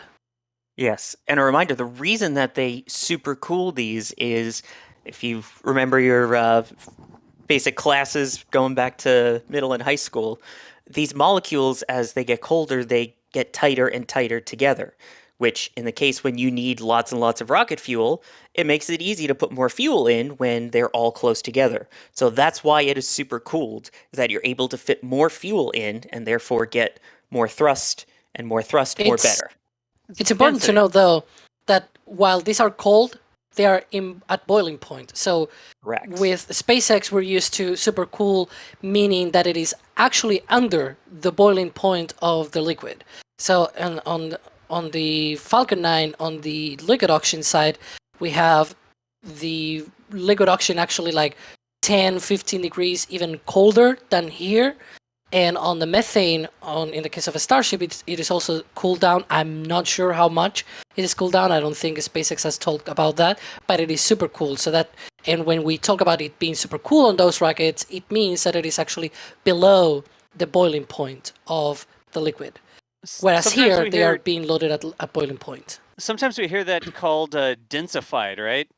Yep, densified propellants. Yep. Yeah, like in the long and short of it, y'all, the cooler it is, like the colder you can make it, the denser it is. So you can fit more energy, you can fit more reactants when it's the LOX, the liquid oxygen, in an oxygen tank to combine with your propellant, your methane, your hydrogen, whatever. So the colder you can get it, the more you can fit in a specific amount of volume, the specific tank size. And that's why they super cool the propellants. They're just trying to get even more bounce for their ounce. Now that's more of an efficiency thing. I don't think we can say that. They're just trying to fit more go in the rocket. Long story. You know, the cool thing of this rocket, now that we're looking here, is that you can spot where the liquid oxygen tanks are on the rocket, because they are the only ones that vent. Yeah. So you see where the U.S. flag is located, more or less. Above is the vent for the oxygen tank on the center upper stage, and then below you can see another vent that is the liquid oxygen tank for the Vulcan booster. Yeah. So- Help me out real quick, Alex. Is this opposite of Starship? Like on Starship, isn't the methane on the top and the oxygen on the bottom? And here on believe. Vulcan, it looks like, if we're looking at it right, the oxygen's on the top and the methane's on the bottom? Yeah, I believe that is the case. The methane is on the bottom and the oxygen is on the top. I think New Glenn is also the methane on the bottom and the oxygen at the top. Not fully sure. I will have to look it up. But yeah, that will be the case. And the Centaur is the same. So the Centaur is hydrogen on the top, oxygen on the bottom, which is interesting because for SLS, for example, it's the opposite. So you have the big tank for the SLS is little bit of oxygen on top, an inter-tank section, and then the big orange tank on the hydrogen side. So it's like big hydrogen, small oxygen on top. Oh, I'm getting help in the background. Okay. Nice. No, New Glenn is just like a Starship. It also has the methane on top and the oxygen at the bottom. Okay, thanks. Thanks, Harry. Well, I was over here pulling up Vulcan diagrams just to make sure that the oxygen tank is on top, and it looks like that is the case. They've got this label 17 and 18, and 17 and 18 is the booster oxidizer LO2 tank inside of the orthogrid structure. So, yeah, nice. Oh yeah. What you guys just said. As we continue to hold right now at T-minus 7 minutes, there will be a go no-go poll to go ahead with this flight readiness firing. Don't know when that's going to be just yet, so we're keeping an eye and an ear out for that in the meantime. Here's a good question. I know we're still early on in the testing here with the flight readiness firing today, but Galactic Games asking, will the first test flight have a payload, and if so, what will it be, Alex? Oh yes, it will carry payload. It's not going to be just payload singular. It's going to be payload like with an S at the end. Payloads plural, because it's going to be. So the first thing, like the major item that it's going to carry is the Peregrine lunar lander from Astrobotic. It's going to go all the way to the moon. That it's a cool thing to have as a first sort of payload for the rocket. But apart from that, it's also going to carry 2 test satellites for the Kuiper constellation from Amazon. And that it's going to be also like, it's going to be drop off first before launching Peregrine all the way to the moon. It's not that they're going to carry all these satellites all the way to the moon. It's going to be like drop off first at Leo, and then they're going to fire again to go all the way to the moon with the lunar lander. And apart from that, they also have a canister with like a space burial from, I think it's Celestis, the company that arranges those kind of things. So they're gonna have this space burial kind of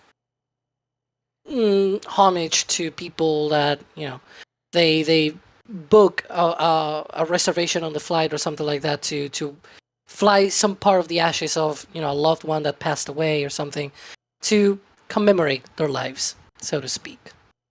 So that's going to be the payloads on Vulcan. Which, in regards to that, I was at, this is going way back when they were first starting, COTS 2 Plus, that was the first Dragon to dock with the ISS. The person who I was next to had that. They had a loved one's ashes on board the flight. So it was, to see them so emotional with that is unbelievable. I just think that's, for those that are interested in that, it is very nice. Not sponsored, not anything, just personal experience with it. Yeah. Here's another good question. Obviously, right now, it's very frosty, but underneath that frost, Foolmaster is asking, what is Vulcan made of? What is the main space-age metals that we're using for this? Yeah, so the main Vulcan booster is made out of aluminum. It is steel welded and everything, sort of like the Falcon 9. However, the upper stage is using a material that we're probably very familiar with, which is a stainless steel. The Vulcan upper stage, the Centaur upper stage, uses balloon tanks, stainless steel balloon tanks, very thin walls, and they are like the rigidity of the tank. It's called balloon tank because the rigidity is not coming from the structure itself, it's coming from the pressure inside of the tank. And so you basically pressurize the tank, and that keeps the structural integrity of the tank. Now, I believe this stainless steel is 2 millimeter thick, which will be about half the thickness of the one used on Starship. So you can see why it needs to be pressurized, because it's even thinner than the one that they use on Starship. So I believe, I'm not fully sure, because there's like this thing where they say it's like as thick as a dime or something, but I'm not familiar with currency on the US. So I will have to look it up. And I'm sorry, what was that first metal again, besides stainless steel? Yeah, the booster is aluminum. We've Americanized you, haven't we? Oh yeah, well I haven't really said aluminium. I do say it on in Spanish, because in Spanish we do say aluminio, but I don't know. When I talk in English, I just don't say aluminium because I'm not used to hearing it. So yeah, I'm Americanized, I guess. Sorry, I had to just point that out. As we continue to look at the rocket, just want to give you the update of this current hold. As of right now, we are still waiting for weather to clear in the area per ULA. Once they get that weather cleared, we will get a new T0. And as soon as we get that T0, we will bring it to you as well. So a reminder, they are in a T-minus 7-minute hold and just waiting for weather to play nice for us here today. Here's a really good question from Brian, which I actually don't know the answer to, so I'm going to ask it as well to you guys. Why not use more smaller engines like Falcon 9 as opposed to two bigger engines? Hmm. That As is we a great get a question. look at the engine.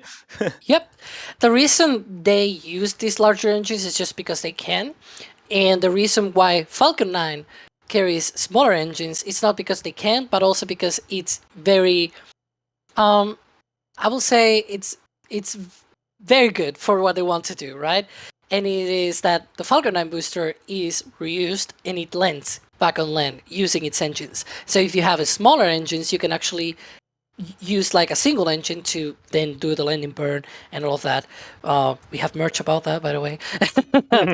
and so yeah, and so you can use that to be able to land back. Whereas if you have these big two engines, right, you will need to have like a really deep throttling on your engine to be able to land back on land or a drone ship or whatever. So that is a benefit that Falcon 9 can have by having smaller engines. Now here, since they don't have that procedure, they don't have that concept of operations, so they don't need it. They can do away with that, and so because they can do it, they just fly with larger engines because just they can. Yeah, because they can. That sounds very Kerbal-esque, and I love it. Which, really quickly, while we're talking about the BE4s, Richard Simpkins asking, do those engines gimbal? And I believe the answer to that is yes. That's what helps steer the rocket, at least during the first part of flight. Let's see. We've got some other really good questions coming in. Reminder, you can tag us at NASASpaceflight. It's the easiest way for us to see your questions and answer them. As we're in this hold here, Rankley asking, how long can Vulcan be in a hold? And the answer is, I think all of us are about to find out, including ULA, because it's a good test to see the integrity of it. And I think the only main constraining factor would be how much fuel and oxidizer they have remaining at the pad to continue replenishing the vehicle. Because as we just mentioned, they are right below the boiling point. So as you can see with all of this, the frost on the outside, eventually it's going to condense and then it's going to turn back into gas. And so you need to keep reloading it with that super cool liquid methane and liquid oxygen and so on. So your propellants are your main thing, and unless they see something else with the rocket that says otherwise, I believe that's the main thing that would hold, right? Yeah, the temperatures of the propellant sometimes is something you have to manage as well, right? Because you sit there and things start to warm up and you need to keep replenishing them to try and maintain the temperatures. And you can have temperatures that get outside of bounds as well. But because ULA is not trying to do the super fancy, extra duper, what did we call it earlier, Alex? The deep cryo or ultra Densified propellant. Yeah, thank you. Densified propellant. Yep. Because they're not trying to go down to some of those same levels, it's potentially a little bit easier for them to maintain them as opposed to a rocket that tries to use the super densified, most powerful level, whatever, right? Sometimes a little bit harder to maintain those levels on rockets trying to do that. So they're learning here exactly how the temperatures and pressures are affected in the ground support equipment in the tanks. You, of course, like Sawyer was saying, they only have a certain amount, and there is boil off happening because you see it coming off the side of the rocket, right? And so you have to keep that going. There you go. Look at that. Thanks, Patrick. You can only keep that going for a certain amount of time. And how much do you have in the tanks versus how much are you losing on the rocket, et cetera, all plays into it. But because this is a new system, nice cut there. This is stuff that ULA is learning. They're getting ground truth, the actual infrastructure on the ground, the actual rocket, the actual lines that fill the propellant, all that sort of stuff. And I guarantee you that they're writing it down to make it science. And there's definitely a lot of issues with the whole densified propellant thing, because if you think about it, as the propellant warms up, different parts of the tank are warming up differently. And so you have different densities inside of your tank. That is not ideal, right? Because then you have different performances as you drain the tank. So that's like not the best thing that you want. So there are other things that you can do to deal with that. Like there are ways of sort of steering a little bit the tank so that the density is more uniform across the tank and things like that. These things they don't have to deal with. So it's very nice when you have the old system, so to speak, where you can just hold, stay with replenishment, and just keep it going and stay calm here on the pad and wait for good conditions and things like that. That is not the thing that we see for Falcon 9. They can do a little bit of a hold on Starship, but not for long. They talked about only 15-minute hold is the maximum that they can do. After that, they run into issues and things like that. So, yeah, that is one of the benefits that you have going the old style way. Speaking of, go ahead, Das. No, I was just going to say, yeah, I mean, it's the thing. There's lots of different ways to build the rocket, I guess you could say, and different companies have different approaches. So ULA, like I was saying, getting some ground truth with their new system, the Vulcan system here. I like that we can watch it. Me too. Definitely. Now, while we were talking about that, you did kind of mention a little bit about the fueling and things compared to the Falcon 9. NASA Kid 23 asking, does this first stage also do the 20-minute vent? And as you can see, the venting in this one, especially for the liquid oxygen, is continuous. So why would we not see a single vent with this type of rocket as opposed to this continuous LOX vent that we're seeing from both the first stage and the Centaur? Yeah, so it's very important to remind people that the T-minus 20-minute vent is from the ground systems, not the rocket. So we're seeing here Vulcan vent, but it's the rocket itself, not the tower or anything like that. Now, obviously, we weren't here like 20 minutes before the end of the propellant load or anything like that, so we're not able to actually see if that was a thing back when they were loading or anything. You could have watch that on Space Coast Live, but it was raining. So good luck, right? That's the problem with rain, that you cannot see things. And so whether there's any sort of venting from that support tower or anything like that, I'm not fully sure if we're seeing anything like that. Probably not. But if there's obviously something in the system to chill down the pipes, to purge them and everything, sort of in the same vein, with the same purpose of the T-minus 20-minute vent, but it might not just happen straight away on that tower. It might be on somewhere else on the ground systems that you see some vent or something. That could be a thing as well. Definitely, and as is being pointed out by Philip in the back channel, because these aren't the super condensed, the super cooled or super chilled, whatever you want to call it, these are just below the boiling point. It takes a little bit longer to load those type of propellants. Yeah, and you don't need it because you have it at boiling point, so you don't need to rush things. Whereas if you have a densified propellant, you don't want it to warm up and mess with your, again, what I just said before, with your tank conditions, the different densities across the tank and things like that. You don't want that thing to just end up like these, coffee things that give you now that have like these bubbles stuff like where Yeah. the density just changes across the whole thing. It's crazy, right? You want it to be very smooth and very like very plain, so to Yeah. speak. You don't want Look at this. chunks to be different. Yeah. Look at this Wow. shot. Like blue skies over the pad. You can even see sun shining down on 41. It's just above the mural there. The four towers stick out. But over in the 39 side, the 39A and 39B side to the left-hand side, look at how dark it is. I mean, welcome to Florida. God. Isn't that where Max is located? Like Playa Linda is sort of in that direction. Yeah, Max It is that direction. almost in this camera. You see the three white huts on the very left-hand side of the screen. Max is back behind those in the dark area. We For probably Max, need a still raining. plastic fund for Max. Yeah. Yeah, Just his the latest two- update, it's still raining. It's still raining. Look at the two pads. It's dark at 39A with the Falcon 9 tower. You can see the water tower, the Starship tower, and then you get light over at 41. There's just sun shining on the rocket in that direction.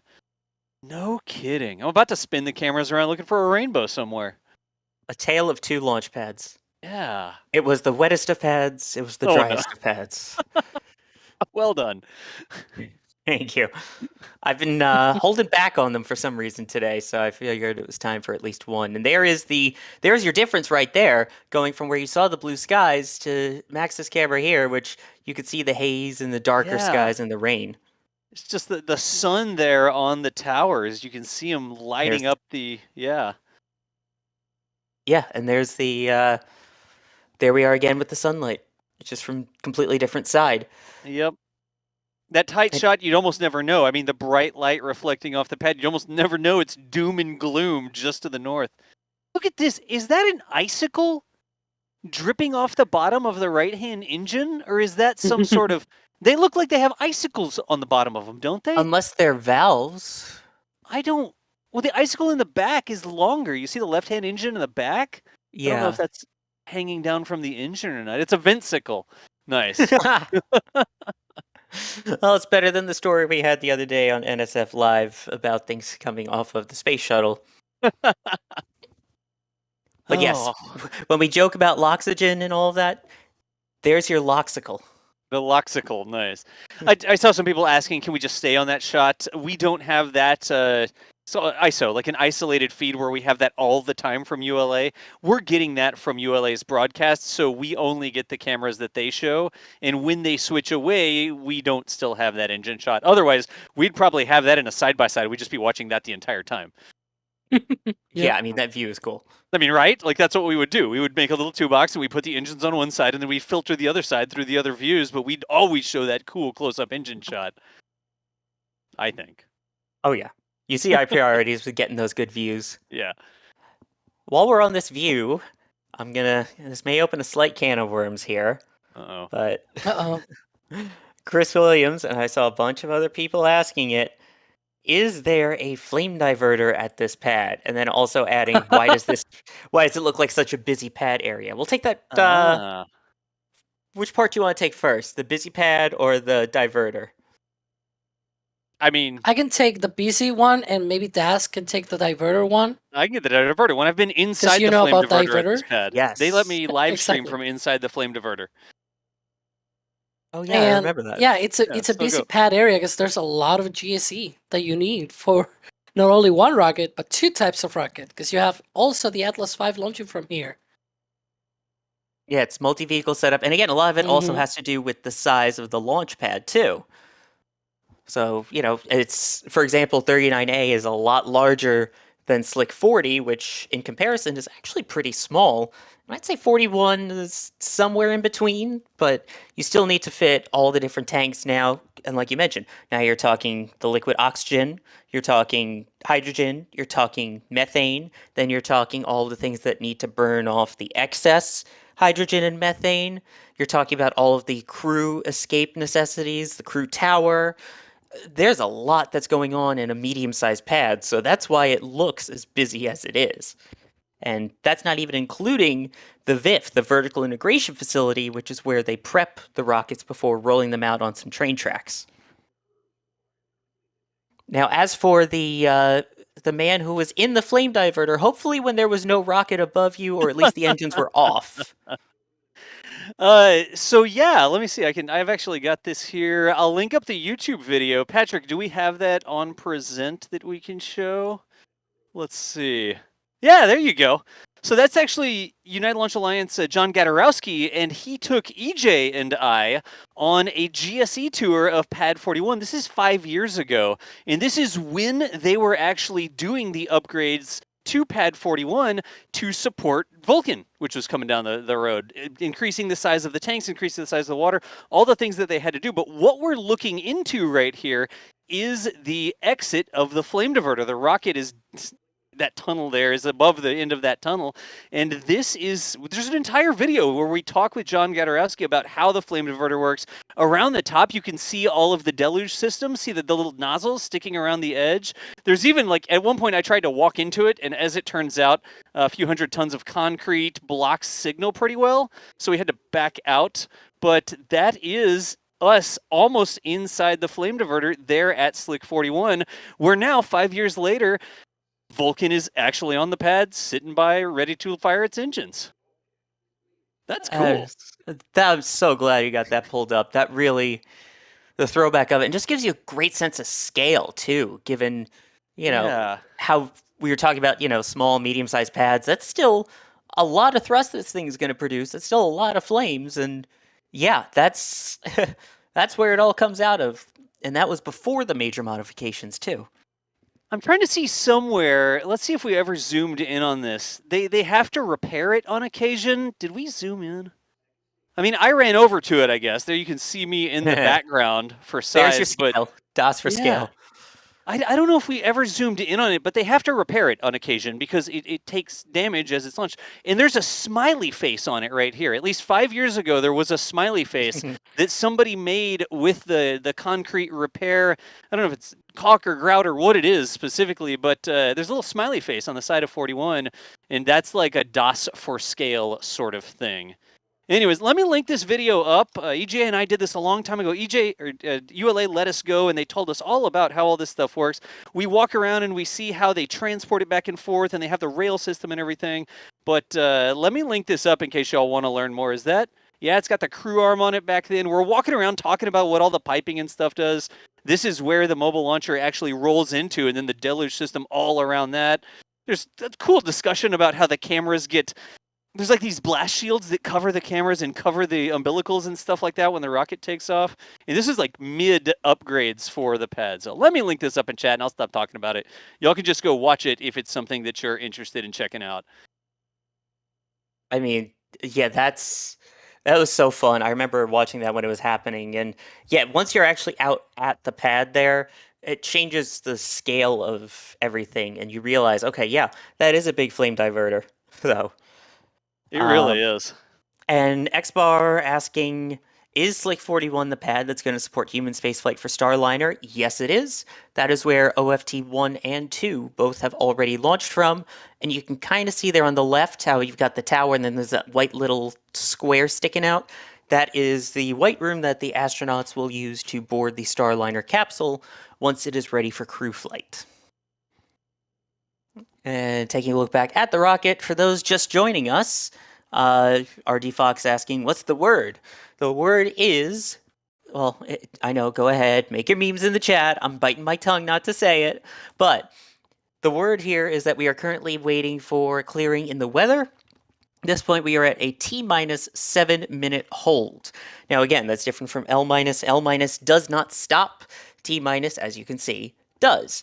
So once things clear up, there will be a go, no-go poll, and then they will begin restarting the clock. So let's see, we're just getting an update about 4 minutes ago from Tori Bruno with ULA saying approximately 20 minutes to T0. So at this moment, that's about 15 minutes away from a potential T0. Again, nothing official yet. We will know, especially once we get to that go, no-go poll. And for those also just joining, people have been asking, why are we holding for weather if it's not leaving the launch pad? Alex, do you mind helping to answer that one again?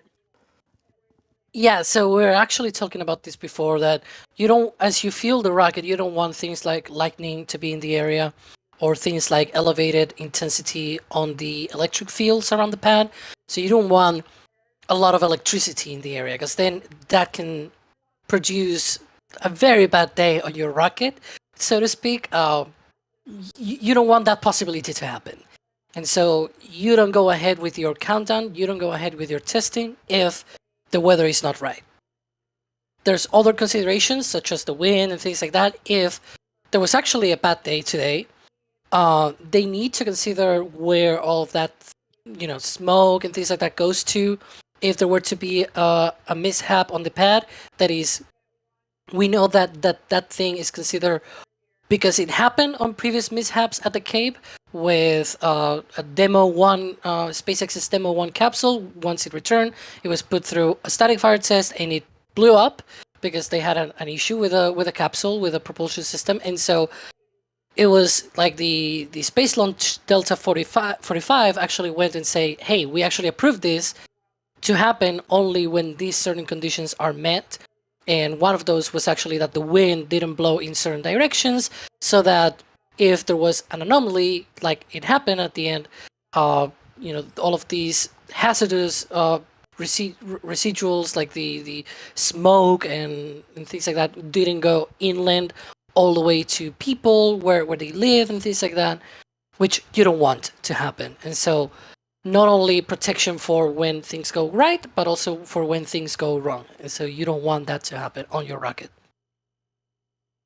Yeah, definitely don't want that happening. And also, if something does happen, you want to make sure the people can actually get there to help put out the fires and save as much of the pad infrastructure. Oop, I love this view of the engines. Yeah, it does look like the loxicles are growing a bit there. Those do look like icicles on them. The loxicles, he says. Well, we already had Loxygen. I don't know if those are locks or if that's bleed valve, but yeah. I mean, just like Raptor, you will see engine chill from both the methane side and the oxygen side. The only difference is that for the methane, you need to recapture it. So all of that venting is from the oxygen side. So yeah, you could say that it is probably loxical. It's a loxicle or something. Whatever you say. I don't know if that's a technical term. It is not. It is not. We're just making up words here because we're still waiting for the burn.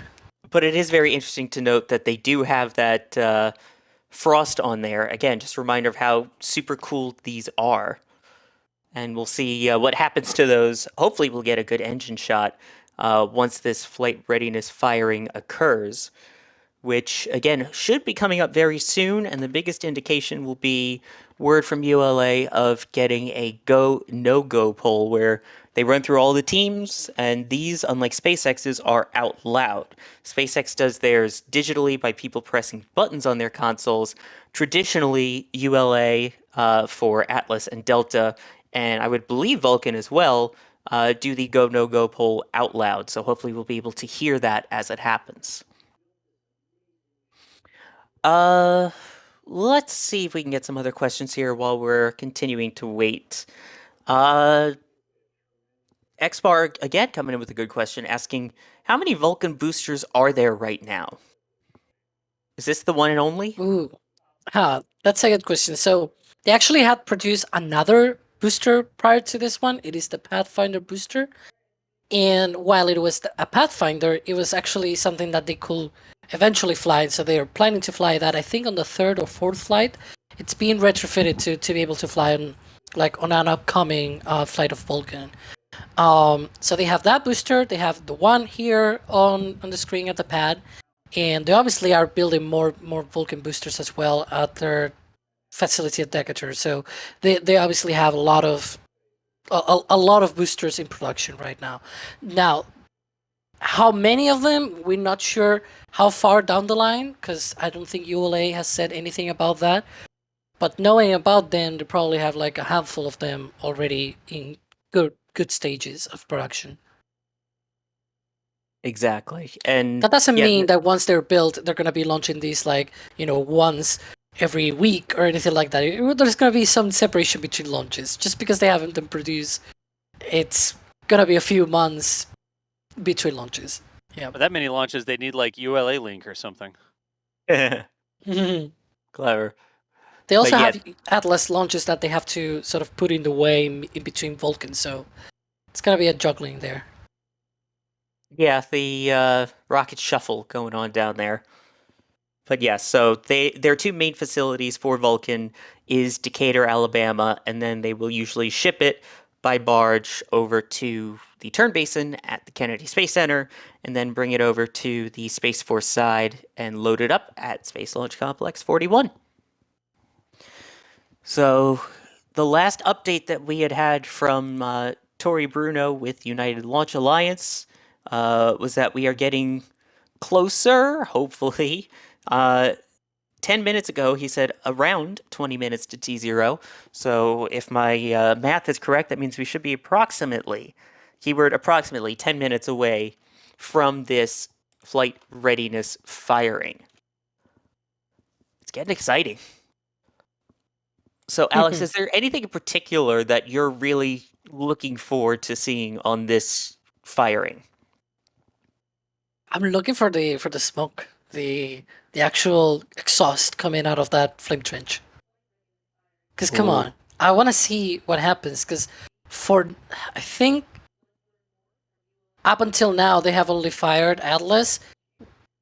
There for launches of Atlas. So obviously you will only see the. I'm just curious how different it is from Atlas, because it's methane and it is also a little bit more powerful than just the RD-180. So it's like, yeah, I'm just curious the difference. It's a new thing. I want to see a difference. I'm Do interested. something new.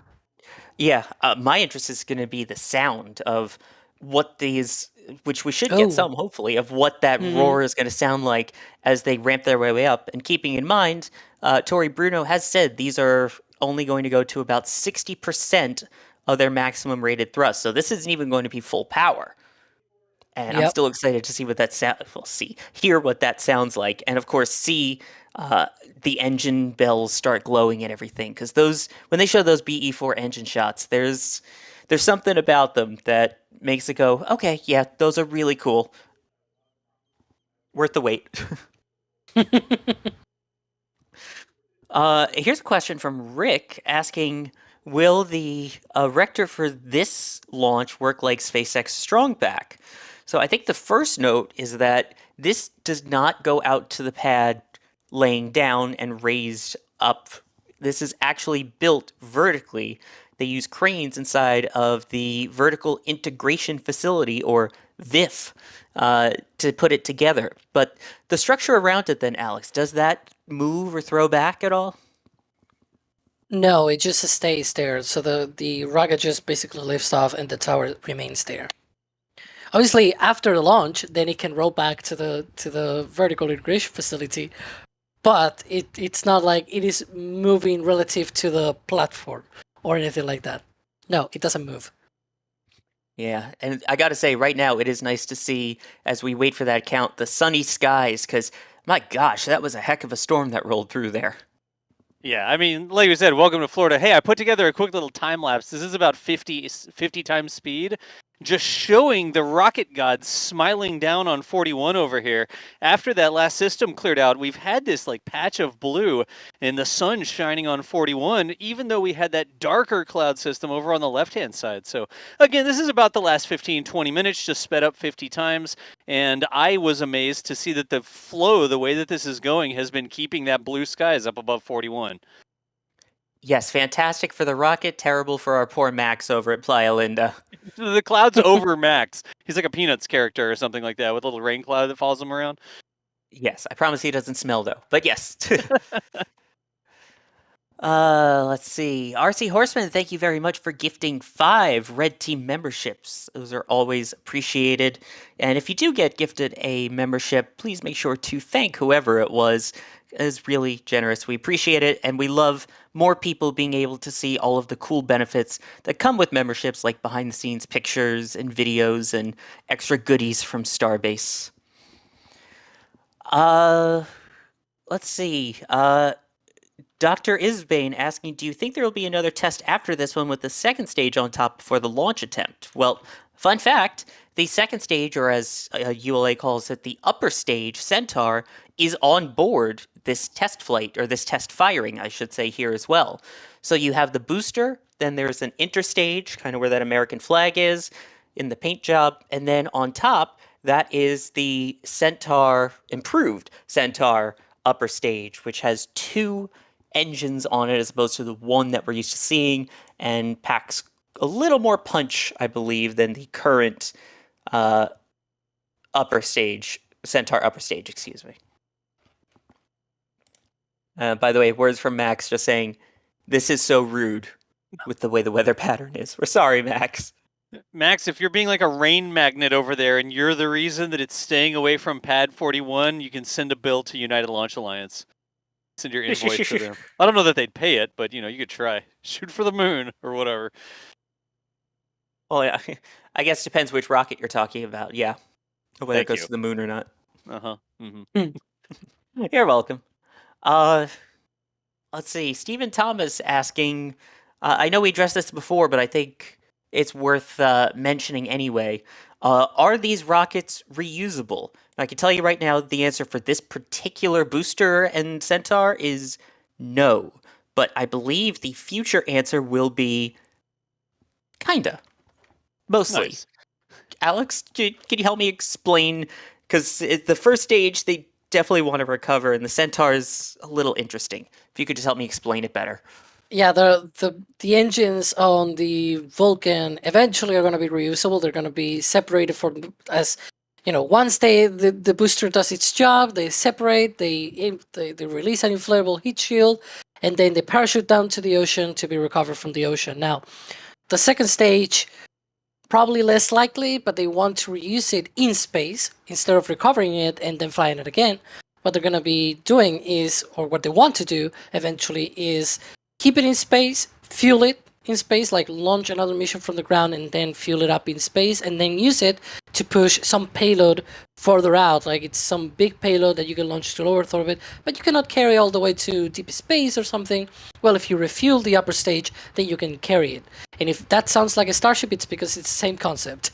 You just refuel the upper stage and just push it further away. That's the same concept of operations. But for Vulcan, it's like less likely. It's not a thing that they actually need. It's a nice thing that they would like to have for Vulcan. That's a good way to put it. Yeah, it's not needed, but it is a nice little amenity there. Mm-hmm. And you could see just really quickly the opposite view of things from the dark cloud side where Max is right there. Yeah. Hey, real quick, I think we can do this. We haven't talked about this yet, but do y'all see the sticks down in the sand and seaweed? Oh, good point. If people can see that real quick, or Patrick, if you bring up my presentation full screen, I can draw on it. But those sticks are actually sea turtle nests, if I'm not mistaken. They've got nest numbers on them, and they go around, they identify the nests, and they put little numbers and markers where the turtle nests are. And so if we can get hopefully we can get the bottom moved out of the way here in just a second. But you can see at the bottom of the frame, there's just a whole bunch of, well, those aren't the sticks I'm talking about. There we go. That'll work. Those are turtle nests down there on the beach, part of the whole, the wildlife preserve, natural area, et cetera, et cetera. That is part of Playa Linda Beach. You can see the pilings, I guess, that go across the beach. That's the marker, the border between Playa Linda, where you can be on the beach, and Kennedy Space Center, where rockets are allowed to be on the beach. I guess they're not really supposed to be on the beach, but you know what I mean. That's what that is. And all of those independent sticks are marking sea turtle nesting areas. I thought that was really cool. That is really cool. Yes, it is, I believe, March to October, or is it May to October, is sea turtle nesting season. There we go. Across the coast of Florida there. Yeah, there's the sticks I'm circling down that way. That's what we're talking about. And we talk about it all the time. Oh, it's a natural area. Oh, they coexist with the nature and the crocodiles or alligators or whatever, right? Not crocodiles. But that is like a visual indication that is an active sea turtle nesting area. That's really cool. And they will keep track of them. Yeah. And there's all different kinds of turtles too. There's, some of the more regular quote unquote sea turtles. There's the loggerhead turtles. There's a lot of amazing wildlife along Florida's coast. And so, yes, that is when they talk about the fact that Kennedy Space Center is built on a wildlife reserve, there's part of it. I like the turtle, by the way. That's a turtle. I was trying to draw a turtle like small, not to scale. Anyways, go to a different camera. I was gonna say, is that one of those where it's like, you have to figure out the drawing is the name of a book and that's turtles all the way down? Yeah, exactly. One word, starts with a T, rhymes with Erdl. Anyways, how's ULA doing? That's a great question. At this point, we are still continuing to wait for a T0 here. We are at T-minus 7 minutes and holding, which appears to be their built-in hold point in the countdown for Vulcan. Typically for, I believe, Delta, it's T-minus 4 minutes usually. So, and Atlas 5, yeah. And Atlas, yes. So at this point, it looks like that will be their hold point for Vulcan. So again, nothing else. We're continuing to learn from these tests as well. And then you see the venting still of the liquid oxygen from both the first stage there and from the upper stage Centaur. The last thing we had heard was waiting for clearance in the weather. As we just talked about the weather-wise there, it looks half and half sunny, half cloudy. But we are still waiting for the official word from ULA on whether we are go to proceed or not, and the biggest indicator will be if we start hearing the go, no-go poll. Now, also a reminder for people who may just be joining, we did see fire and flames in that last one. What is the fire? First off, I do want to just clarify, is normal. But what is that fire as we take a look at where fire will hopefully soon be coming from at those engines? I want to see the, what do we call them, loxicles? Yes. I want to see them get knocked off. Like a high frame rate, slow motion shot of the little icicle just being absolutely destroyed by the engine flames. Yeah, I wonder how fast that'll melt. I don't know. I bet you it will fly off before it actually melts. Like as it's flying away, it will be actively melting. That's my guess. Okay. We'll have to. Hopefully, they show that camera view, and we'll see what happens. Because I'm very interested. But for where there's flames that we saw currently, where it was off to the side there, that is a burn-off vent. So if you see other fire, it's not an issue. Behind those trees there on the left, you can kind of see the flames billowing up, right? Yes, hard to see right now. That you can just see it on occasion if you know exactly where to look, but it's not particularly tall right now. Yeah. All right, this one's a little bit more of a techie question, and then a not so techie question. But I'm gonna put this to you, Alex, because I think you will know the answer. Double question from William Foss here. First, is the Vulcan booster autogenously pressurized? Oh, darn it. I don't remember. It's okay. I really don't remember. Yeah. The second one, the most important one, does a BE4 honk? I do remember. See, I do remember there was a video released. I don't know if it was ULA or Blue Origin that they released like a full 3.5 minute burn of the BE4 engine on the test stand, and then at the end it did some kind of honk. It was not like the honk that Raptor does, but it was in the similar vein, like a honky honk. I don't know how to explain it. Like it was what? In the same. Yeah. It was very familiar to a honk. Let's put it that way. It was very similar to a honk, but it was not a proper honk. It's like honk adjacent or honk inspired. Honk adjacent. Unless we call it a funk, a fake honk. What? I don't know. None of these are technical terms, people. Like we're just making this up. Oh, nice engine shot. That's a different angle. Yes, and while we're looking at this and all of the things that are frosted over there, I did see a question in chat that was asking, will they do a gimbal test of these before the firing? Which I would assume so. Yeah, I don't know, like a TVC check or something where you see the engines waggle around before the firing actually happens. it could possibly be part of their test process here, but we don't know for sure whether or not it will. It's up to them if they want to wiggle them or not. I want to know Right. what's under that ULA plastic bag. Is that Oh a my gosh, camera? that is. looks like a camera. It looks like a plastic bag that is about to be like shrink wrapped onto the whatever's underneath it. Maybe that's a camera right up next to it. I wonder if they'll fire the big, not fire as in fire, but like activate the big rainbirds for Oh, the yeah. deluge. Yeah.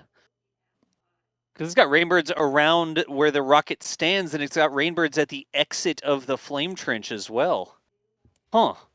Yeah. By the way, I'm seeing a lot of people want honky honk now. Stickers, shirts, merch. What? Jeez. Because the thinking that I have is that usually those activate after the liftoff. Yeah. So there's a usual misconception that people think that those are gonna fire as the engines fire, and they say, "Oh, it was delayed. They delayed the deluge." No, the deluge fire when it had to fire because it fires as the rocket lifts off and clears the pad. You need to put a lot of water there. There are already dedicated pipes for the water to rain right under the engines, but you don't see that. You don't see it over the deck. You see it like if they show again the engines, you could see some of those pipes right next to the engines at the bottom. And also, as we saw in your video, Das, you also can see those rainbirds on the exhaust trench as well. Right. So people, like, you can see it, especially for Falcon 9 on 39A, people will say like, oh, it went, like, the rainbirds went out, like it was delayed or something. It's a failure or something. No, it's totally normal that it fires after the rocket has already lifted off. Falcon 9 also has like these smaller ones that are concentrated on the engines, much closer to them. These deluge pipes for that. So the same thing applies here for Vulcan as well. So I'm not sure if we're gonna see those firing here. Definitely the ones on the trench. Those are probably gonna be fired, but I'm curious. See, Yeah. new things, new stuff to see. I like it. New rockets, new things to learn. Like that. That's one reason we do this. Like, there's so many little systems that have to come together to make the launch happen, right? And even though they're not going for a launch today, they're gathering information about how the engines perform here on the actual pad with the actual stand with an actual rocket tank, yada yada yada, right? It's so interesting to just think about all the different things in this one shot, right? You have to burn off your propellants. You have the methane and the hydrogen that have to get burned off. You have to store them in the background. There's the lightning catenaries. There's the crew access arm. You can actually see in this shot the crew escape system. Do y'all see that little wire that sort of goes down and to the left to the big bunch of trees on the left? That's the crew slide wire. And the crew, if they need to get out away from the rocket in a hurry, they slide down that. And then we haven't even talked about the rocket on the pad yet. There's so many different systems that have to go into just this one shot from 4 miles away. It's really curious. It's really cool to look at these things and just say, wow, that's how that works? Wow, that's how that works? There's so much to learn. Going back one quick second, this is a genuine question that I have, not one that I know the answer to specifically, but during the shuttle days, of course, we're used to the sound suppression water system, which I believe was to help with sound suppression, obviously. What's the difference with the rainbirds and the deluge versus sound suppression? Do they still use sound suppression water systems, or is it just strictly the deluge post liftoff? Yeah, it is also meant to be like that. Yeah, like the water that you see when it's water in volume, right? Like when you see these big spouts that are just spewing lots of water, not like a little mist, but like a flow, like a flood of water, right? Part of what you're doing there is you're putting something in the way of the rocket exhaust. And when the rocket exhaust hits it, it takes energy to convert that water from water, right, the liquid form, into steam and beyond, right? And so part of that helps, I'm going to use the term suck up, and that's wrong, but just sort of like absorb or manage that energy because it's using that energy to make steam, basically. And whether or not you're saying, oh, is that primarily for the sound? It's never really about sound. It's not like you're trying to put, I don't know, barriers next to a freeway so the neighborhood doesn't have to hear the cars, right? That's not really what it is. When we say sound, we really mean sound energy. And that manifests in your head, in your eardrums, as the air vibrating, and then you think that that's sound, right? But it's really energy in the air, and that's what they're mitigating. They're managing that energy not to try and make it quieter so the neighbors don't get bothered, but just to help disperse and dissipate that energy when the water's involved by specifically making it flash from the liquid state into the gaseous state, right? So I hope that answers the question. I sort of waxed a little pontifically there, but it's when we say deluge, the water is getting in the way, and it gets in the way as part of the energy management, and the way that you perceive some of that energy from miles and miles away is via your eardrums and sound. How's that? That actually answers the question really well. Okay, good. So, yeah, because again, thinking to other vehicles, also these tend to ignite a lot quicker before liftoff. Like Falcon is T-minus 3 seconds, as opposed to Shuttle, where you had the sparkers basically, and then what was it? T-minus 6.4 seconds is when they actually ignite. It's just sitting there. So, Yep. Makes sense. We caught DOS monologuing. Sorry, Zathras. My bad. Do you need me to explain that again, but at like 50% speed? I can do it.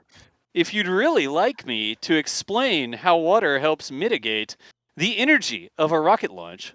We need a explainer. Oh, yeah. Another video. Scroll back and play it at 50% speed.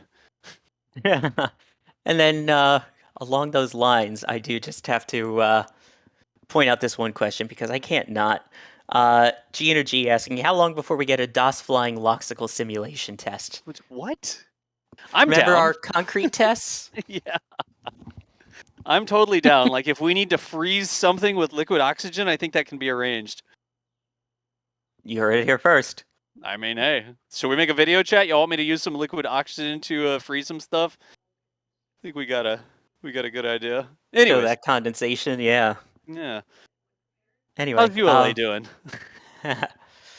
Still no update that I've seen yet from their social media or their countdown blog at this point, which we're continuing to keep an eye on. The latest tweet, someone asked him how long today's window is. His response was long. Long. Nice. That is the only update that we can provide you at this point because we are well past the launching in 20 minutes point. So yeah, we will keep an eye out on that. Yeah, and as pointed out at this rate, Ryan is going to be older by the time this launches. Oh, wait. He is. Today is Ryan's birthday from NSF, and you've also seen him elsewhere online. So just want to give a quick shout out while we're here to our very own Ryan in the back. Happy birthday. Like Ryan? Ryan. No kidding. Like D-Pod Dolphin Ryan? Yeah, Ryan Caden. Huh. Yeah, hey. Sure. Do we have to sing? We're not allowed to sing.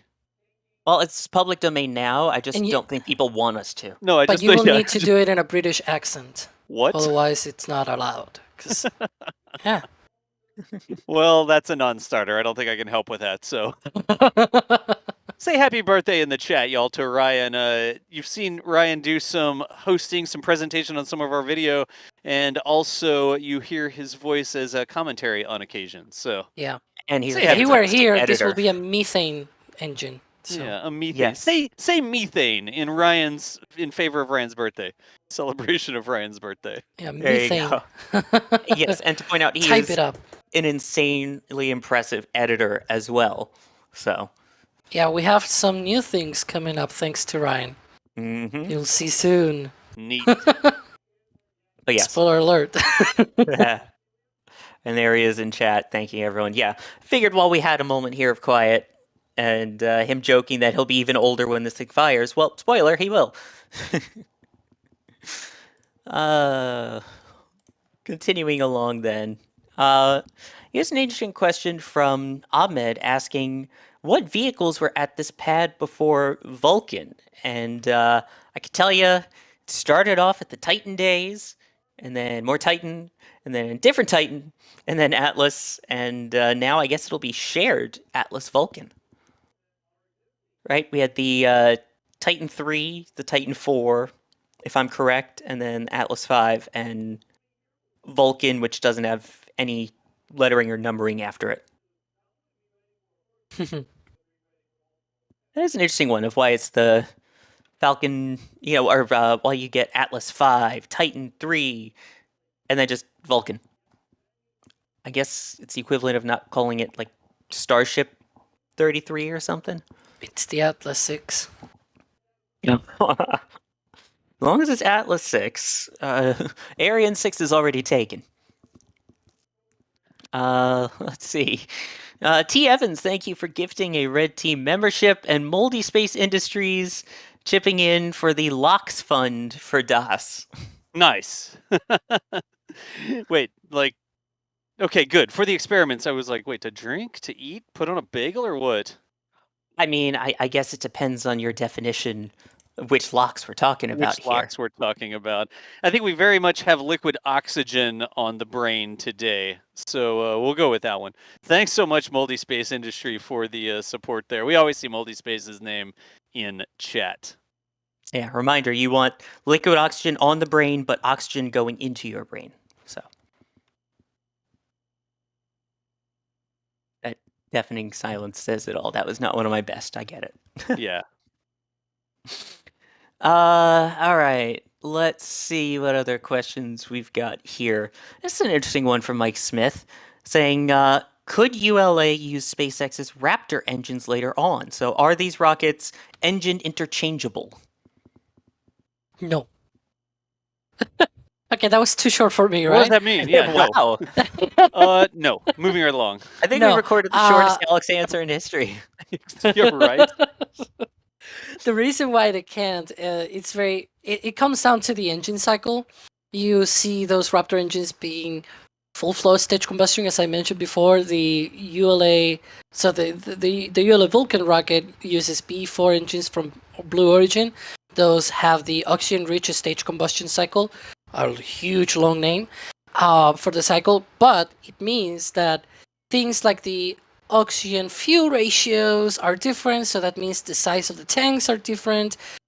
Things like how is the pressure that goes into the engine, things like that, that is different as well. So all of these things will have to be changed, right? And so it is not as easy as just swap, like take out the B4 engines and just put the Raptors. You don't even have the same plumbing because the Raptor gets like oxygen from one side, the methane from one other. The way that it is for the B4 is different, and so you will have to change all the plumbing on your rocket. It's a huge thing there. There's not an easy way. You will have to redesign the whole booster for that. Oh gosh, I mean, we have things on how to build a booster, but not how to redesign a booster. So Yeah. Mm-hmm, I think a lot of Sorry about people are in the mode of like Kerbal Space Program where you're just like, snap another engine on. It doesn't matter. Right? Yeah. You just willy-nilly sort of mix and match engines however you want. But a little bit more engineering goes into it when it's a real rocket. Even for Yeah. SpaceX is super heavy when they were at 29 engines and then they changed to 33. You could see that the plate that they used for the Saturn engines had to change. It was wider because now instead of having 9 inner engines, it had 13. The way that the engines, because it was also a different type of engine, it was Raptor 2 instead of Raptor 1. So it also changed the connections, all of the plumbing changed as well. So it is not as easy as just, plug and play. You also need to change the whole bottom of your rocket booster to be able to adapt to the new engines. And so if that happened already with Raptor, can you imagine if you actually change like the whole engine cycle and pressurization systems and all, like that will be such a crazy thing to do. Not impossible, but you will have to change the whole booster. All right, who in Kerbal is going to put Raptors on a Vulcan and BE4s on a Starship? Well, in the Starship explainer video, the What Happened to Starship, I put RS-25s on a miniature Starship. Oh my gosh. Does that count? How's that count? Yeah, a lot of people complain about that, but it was a very simple thing to do because Yeah. you don't need to put like all the 33 and in the correct geometry and things like that. Yeah. It's simpler if you do like, Who for the complained? purposes of the explanation, it was good. Who complained about that? I'll have a chat with him. Oh There- well, there- there's so many comments that it's now really, really hard to find. But I saw a few people, oh, you're testing it just with like 9 inches. It's Yeah. not 33, so it's not correctly. Oh, whatever. There's Look. always people that complain. the physics like maps out. We were just simplifying it so we could sort of explain it, but nobody bothered with the fact that the suddenly Methalox Kerbal RS-25s were in use. Yep. Yeah, but with all the mods and everything, I'm very interested to see what Raptors would look like on a Vulcan booster. Just saying. Nice. But there are those BE4s that are currently on it as we speak. And are Loxicals still there? Doesn't it looks like I see one, but not There's the one other. in the background. Yeah, I think I see at least 2 or 3. There's one in Okay. the background. There's one in the foreground on the right-hand engine. It's sort of like the ones on the outer sides are a little muted, I guess. I'm looking at the droplets. It's like snowing. It's ice coming off the sides, right? Yep. Oh, I thought they were like little. Okay, well it's snow. I thought it was Oh. like You mean coming out of the Maybe- icicles? I don't know. No, I thought it was droplets of like water, maybe coming from the deluge pipes or something. I don't know. Oh, that's an option. Yeah. As you can see there, right on top of the ticker, moving there, on the bottom of the booster, you can see like little things on the platform, like little, like little tubes on the platform, right? It almost at the bottom looks of like it has the lines booster. on it, like going up Yeah, and down. so that's part of the ones that fire like at the engines. There's another one on the bottom on the flame trench as well, and then another one on the side on the that we saw on Das's video, where you can see all of that water spraying on the end of the flame trench, which is really cool. And then obviously they also have like the big rainbirds on the sides that we also saw in Das's video, because those ones, I believe they are on the MLP, on the like they connect to the ground systems, and then you have the ones around it that are static and are for both Atlas and Vulcan. Like you don't need to change it, which is really nice. I just tweeted that video out. I figured while we were sitting here hanging out, I would put together a tweet to that video because it's like, yes, the video's relevant again. So I just linked that in chat as well if somebody wants to go and see the video that Alex is talking about there.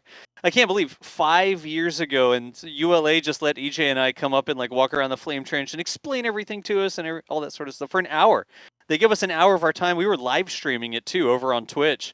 And I guess they don't get a lot of nerds walking around wanting to live stream a technical discussion of their Launchpad. But hey, there we were 5 years ago. Again, I've watched it when it was live. I'm going to have to rewatch it again because it was really, really cool. Yeah. It's really awesome that ULA granted us that access back then. Because 5 years ago, we weren't with NASASpaceflight. We weren't accredited media anyways. We were doing STEM outreach on Twitch, playing Kerbal and walking around and trying to go to museums and that sort of stuff. And ULA just like opened the door to us and gave us a subject matter expert and let us walk around the pad for an hour and explained all the stuff. Like, here's how this works and here's how this works. And it was really awesome that they took a chance on us and let us have that level of access. You really don't see that from folks. So massive thanks to ULA for letting us do that so many years ago. Absolutely. Yeah, whenever these companies give us access, it's always fun to be able to bring it to you guys and show off the cool stuff that's happening in space. Because as much as you hear a lot about SpaceX and stuff, there's a lot of companies out there, big and small, working in space stuff. So it's always great to highlight the different people and the different infrastructure around the Cape, Vandenberg, and across the country. Yeah. Oh yeah, Wither says Tori Bruno's a WCEO. Nice. Okay, so this is a good chance to look at that drippage that Alex was mentioning as we look again at the BE4 engines at the base of Vulcan. And it's hard to tell if that's just some of the condensation coming off of the outside of the rocket, which is very frosty, or you could see actually the bottom, and if you look in the top left there where that bright white spot is, you can see some of those deluge pipes. Yeah, you're right.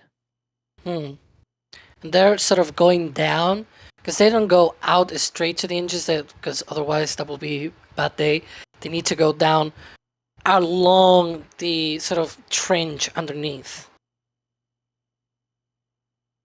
Right. Yeah, continuing to vent there again as we continue to wait for word from United Launch Alliance on when the new T0 will be.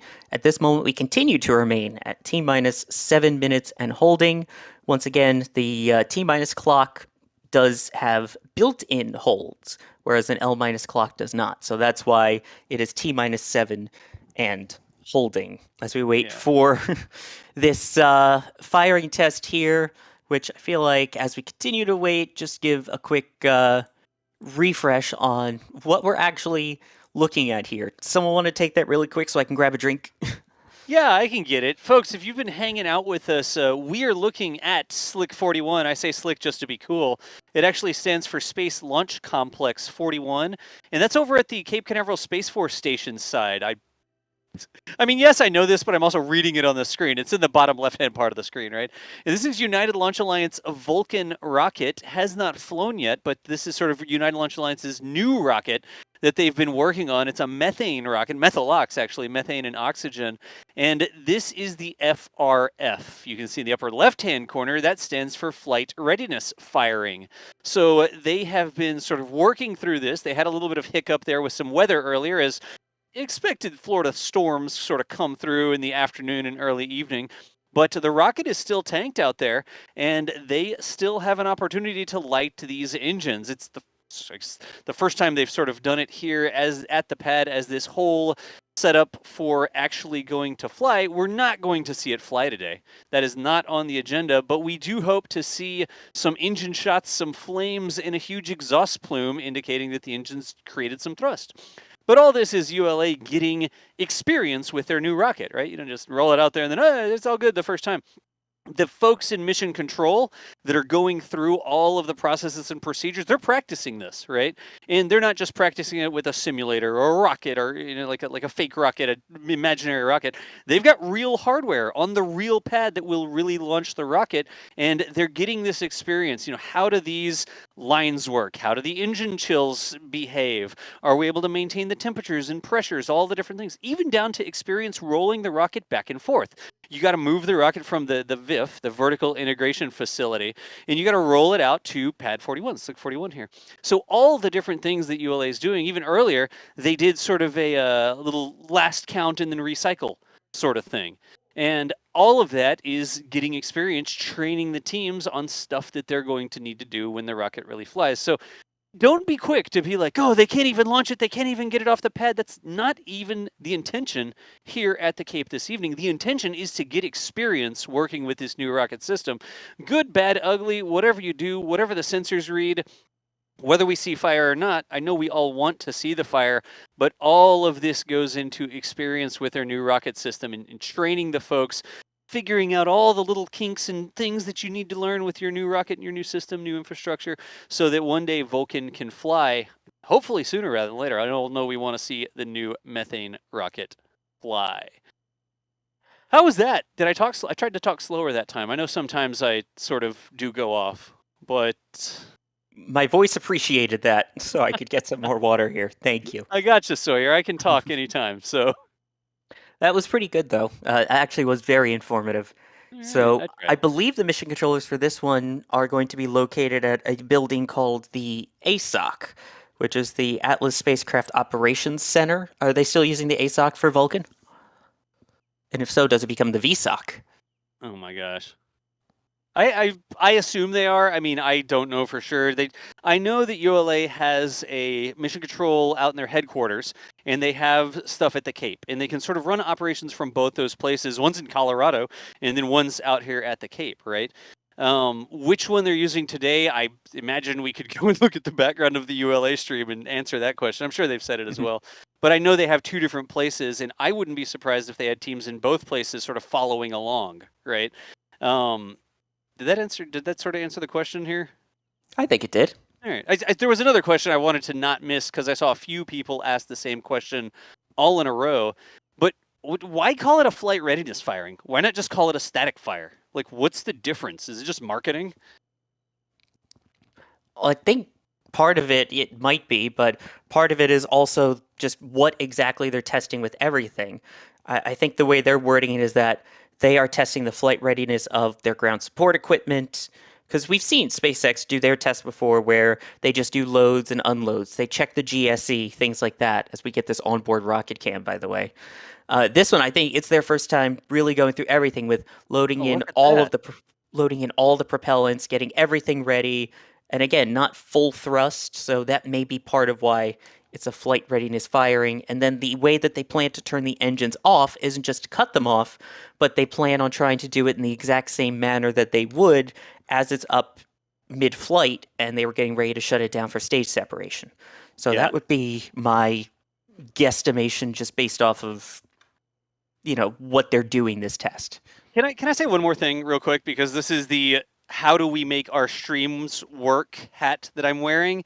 But when you just saw that vehicle camera, that's another thing that they're testing, right? Yeah. Like the vehicle camera looking down, I guarantee you there is the ULA video production team, and they've done all this work to get that camera on there. And now the camera that's installed on the side of the rocket has propellants, has cryogenic fluids on the other side. Is the camera going to stay live whenever the engines light? All these different things.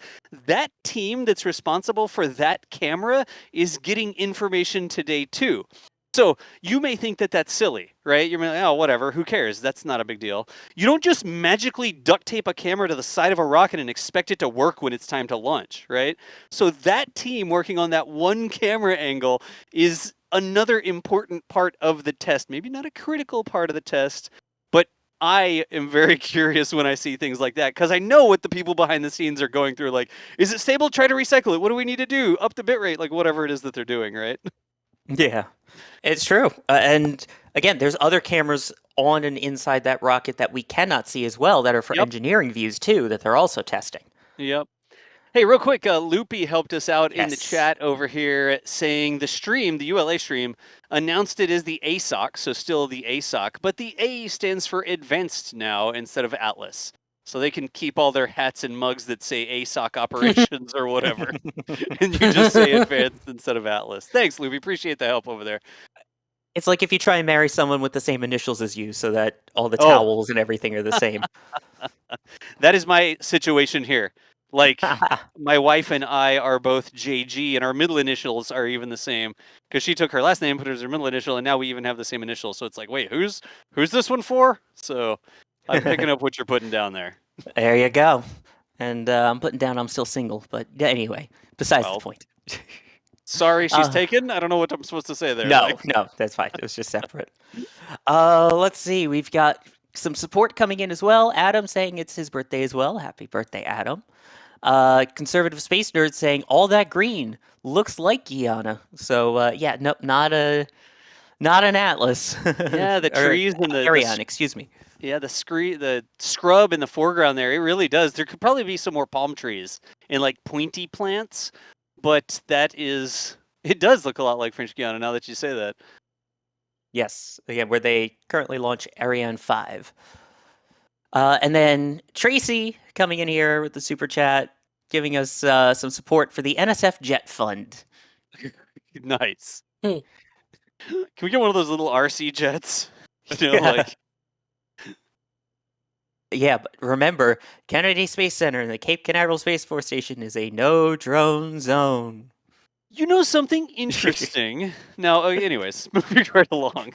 And we talk about drones for 15 minutes. But it is true. Anytime you get near the Kennedy Space Center or the Space Force Station, there are many, many flashing signs and flashing billboards and things reminding you, do not fly drones. Yeah. So that is why we do not have a drone anywhere for these launches from our own cameras, at least. Yeah. Don't, it's not only like don't take off your drone here, but don't fly your drone here. And could you get it from like a distance away, way up the beach or something? Maybe there's some shot that would be interesting, but we've sort of looked at that a lot, and it's not worth the effort that it takes to get someone all the way over there, 15 miles away, out of the TFR, blah, blah, blah, and put up the drone, and then, whatever. Then it rains, so. True, which as things finally start to get sunny again, Playa Linda Beach closed, so unfortunately Max is relocating after that. So it's a bit of a shame, but at least now he's somewhere definitely dry. Yeah, the spot where Max was, I've watched a couple launches from there. If we haven't talked about it too much, it's called Playa Linda Beach, and it's open to the public, but only during daytime hours, right? So they do close down the beach when the sun's going down, and then overnight you're not out on the beach. And then in the morning they open the beach at a certain time. But it's a fantastic place to watch launches from when it is open for the launch. And if you're looking for a place down in Florida to go, it's fantastic because you can sucker your family into going to the beach. You're like, oh, we're going to the beach. Yeah, and there's a rocket launching in the background, and you get to watch the rocket launch, and then they get to look up from the sandcastle or whatever and see the rocket launch. But if it scrubs, right? Like you build it up this whole thing, and we're gonna go see the launch, and then it scrubs out. Oh no, you're still at the beach. Like who really loses there? So it really As long is as you a have your great place. sunscreen. Yeah, as long as you have your sunscreen. It is a great place to watch from when it's open. You can call ahead to the state park down there and just make sure whether or not they're going to be open. But if you luck out and they're launching, I've got a photo. Actually, I wonder if I could show that somewhere. Give me a second. yeah. I'll stop talking because I have a picture of. Let me see. Let me see if I got this. Yeah, because find this real quick. I viewed a couple launches from Playa Linda. One when they do the CRS missions that go northeast away from that area, away from kind of the beach there. Wow, what a view! 39A, it's fantastic. There is a good view of 39B, although it hasn't really happened much recently. Obviously, we had SLS, but that was at night, so it was closed. And then if you go out to the boardwalks, kind of where Max was, as you saw, you can get good views of Space Launch Complex 40 and 41. So there's a bunch of different places. So I have seen 39A there. If you can get that, I believe it may be a 1/10 of a mile closer than the press site. Highly recommended. If not, the boardwalk area is still great. I actually have a picture of Falcon 9 launching in the background with SLS in the foreground, just to give you an idea of how many different pads you can see there. So, little plug for our National Park Service there and Playa Nice. Linda Beach. All right, let's see what we've got here. We still have a bunch of questions that we can go through here. Right now, we're still continuing to wait for an update. It does not specify exactly what the hold is for currently, just that we are awaiting a new T0 time. Let's see.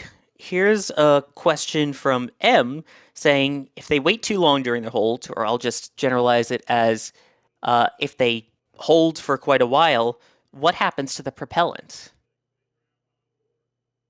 Alex, do you know? Yeah, so if they wait too long during the hold, yeah, that is a very good question. What happens, at least for the hydrogen and the methane, is they are collected and they are burned off. So we see here on the right, a little bit like next to the rightmost lightning tower there, you can see some kind of venting or flame there. That is a methane burn off flare stack. I actually found out which one is which, by the way. The one on the right is for methane, the one on the left is for hydrogen.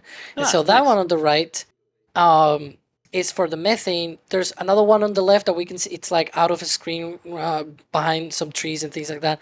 That one is for hydrogen, and so what they do is just they keep getting that boil off from the tanks and burn it off. The oxygen, on the other hand, just basically vents, and that's what you can see. Now, obviously, at one point you're like, well, either like it boils off and you burn it off, or vent it, depending on what fluid it is, right? What happens if you ran out of it? Right. Well, that will be a great question. Again, the problem is we don't know how much propellant they have. For other pads, we kind of have an idea, and we sort of can calculate that. I'm not sure we know for this, and I'm not sure if ULA has actually talked about that. But they probably have room to spare, like for hours and hours. Okay, yeah, that's what it seems like. And then I guess the other question would be, if they don't go today, how long it would take them to refill and recycle? Because one of the things that we've definitely seen down at Starbase is how many trucks they had to bring in to refill all that amount of fuel. I don't think that's as much of an issue here, is it? or at least nowhere near as much as Starship would need to refuel. You know, we should do an entire video on that. Hmm. Another long desisplaner. Dust plane. Look, I just want to go ride a cryo truck around the Cape, okay? Like, no, but really, I'm very curious. Do they pipe it around? Where do they store it? How do they get it there?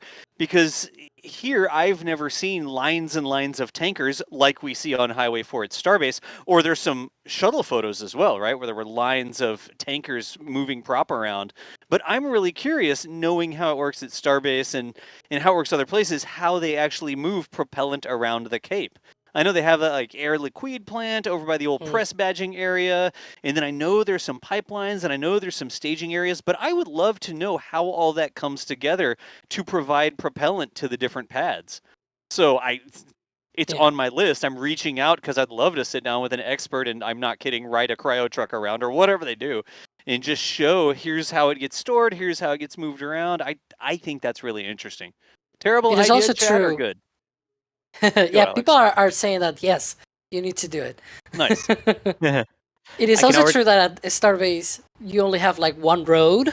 Yep. So it's like it's the only way that these trucks can go in, whereas here you can go either from the south gate or from the Kennedy side. Like you have multiple ways to go into the pads. And so we see some of those tankers pass by our Space Coast live cameras. We've also seen our flyover videos. Like I've watched on some of our pictures sometimes like a tanker pulling up to a ground tank at one pad, or like a particular pad or something. Like a couple of flyovers ago, I looked at the Slick 40 work for the the new crew access tower and all of that, and I looked at the area of the liquid auction and I was able, like, the image was so sharp that I was able to look at one truck pulling up, and like it was right next to the liquid auction tanks. So it was like, hey, that's a liquid auction tanker. So yeah. Nice. Yeah. I have like the cargo decoder app on my phone where you can look at the placard with the 4 numbers and you can decode what's in it. It's got like the colors and the safety information and all that sort of stuff. So I don't know, maybe people think that's weird or whatever, but I'd love to see like what those things are going down the road. Yeah, and I have been stuck behind a booster before, a second stage, and most recently a fairing half. Yep. But they tend to go, it seems like, more through the Space Force station side, as there's a bit of a larger, wider entryway, especially for trying to maneuver something like a full-length Falcon first stage. Yeah. Look at this. Let me get this real quick. Roy Parrish, remember we were talking about the sea turtle nests earlier? Roy Parrish did a super chat and said, I was at Playa Linda when one of the turtle nests near where I set up on the beach was hatching. I watched several baby turtles move towards the surf. No kidding, Roy? That's cool. That's really Wow. cool. Again, we talk about it all the time, and the Turtle Patrol, and this, it's a wildlife refuge. But it's really cool to sort of see that in action here in turtle nesting season down at the beach. Roy, thank you so much for the super chat. We appreciate you. Oh, yeah, absolutely.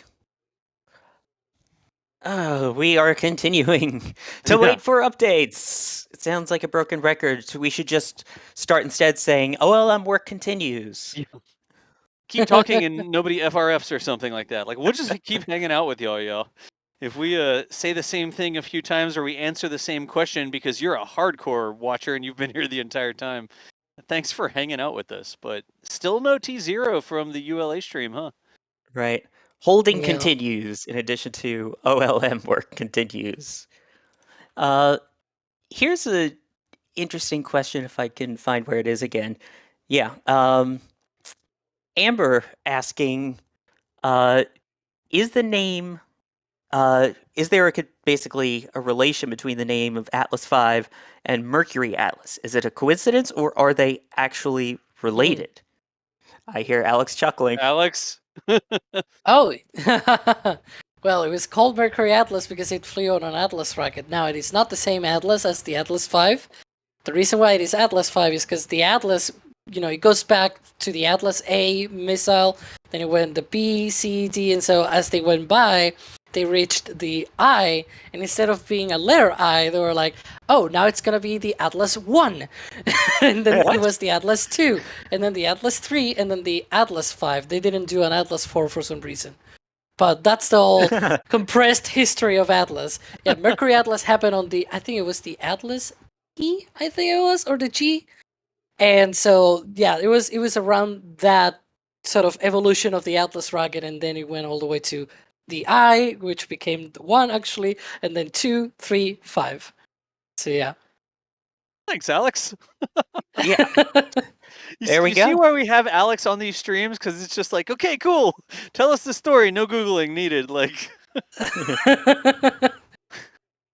Yeah, I'm trying to think. When I I'm feel like bored, I just look it up and like read about I actually have a project going on that it's been for like 2 years, oh where I'm yeah, trying to you know research about the history of rocket engines on the US and all the early rockets and all of that. And I actually found out that the Atlas history, even remote, it's like from 1946 or something like that. It's long story with prototypes and all of that. It's crazy. nice. there we go. So yes, not a coincidence, but just a reminder, it has not always been out of pad Slick 41 out there. It's been out of Hmm. different launch pads as well. Yeah, Long and you probably storied are more familiar with history. that because I don't remember all of the launch pads. Look Yeah, at this, which Sawyer. here's a good This way to is get a view of some of those pads. yeah. What Uh, did you took this photo, right? yes, I did. Well, what's Uh, going on? that is a view of a Starlink launch that occurred while SLS was still out on the pad. So that was taken from one of the boardwalks at Playa Linda Beach. I believe it So it could was be it could Boardwalk be any 2. of the 10 or 20 Starlinks that probably launched right in the time that SLS was out Nice. there. I can tell you, I can tell you with certainty because thankfully I label all of my stuff that this was. Just trying to look back through my labels now. Uh, I'm sorry, mine isn't in a spreadsheet. It's folders. While This you was look, you got it. Starlink 4-27. 4-27. That Is that Yeah. was. is that the blue Beats origin pad in the 62. middle? Like way in the distance, is that the blue origin pad too? Like way down here? I The think it is. yeah, Is it looks that? like to That light. could be. Oh, to In the the right of 41. yeah, in the foreground, it's like a flare Really stack or big something like towers. that. But in the distance, it looks like that is. I just see two towers, and the flare stack is sort of blocking the other side. Am I Mm. looking at that right, or am I looking at it wrong? Maybe I'm looking No, at it wrong. I think so. And just to point out, this launch was from 40. So even though you can see the tower for 39A in the left by the trees there, that actually lifted off from Slick 40. Just to No give you an idea kidding. of how many launch pads there are, how spread out everything is, and why it's such a multi-user spaceport. That is literally so 1, 2, 3, 4, possibly 5 launch pads in one picture.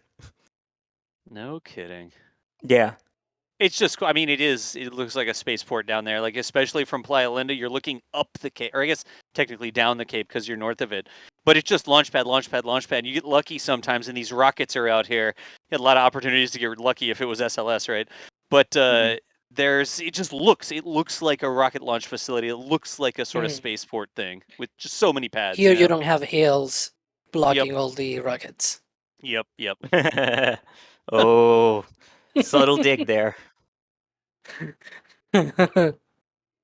Oh boy. I guess as the sun begins setting out there, getting a little bit darker, still in the T-7 minute hold is my Yeah. understanding. As we continue to wait for this flight readiness firing. And a reminder, the length of this window is, quote, long, close quote.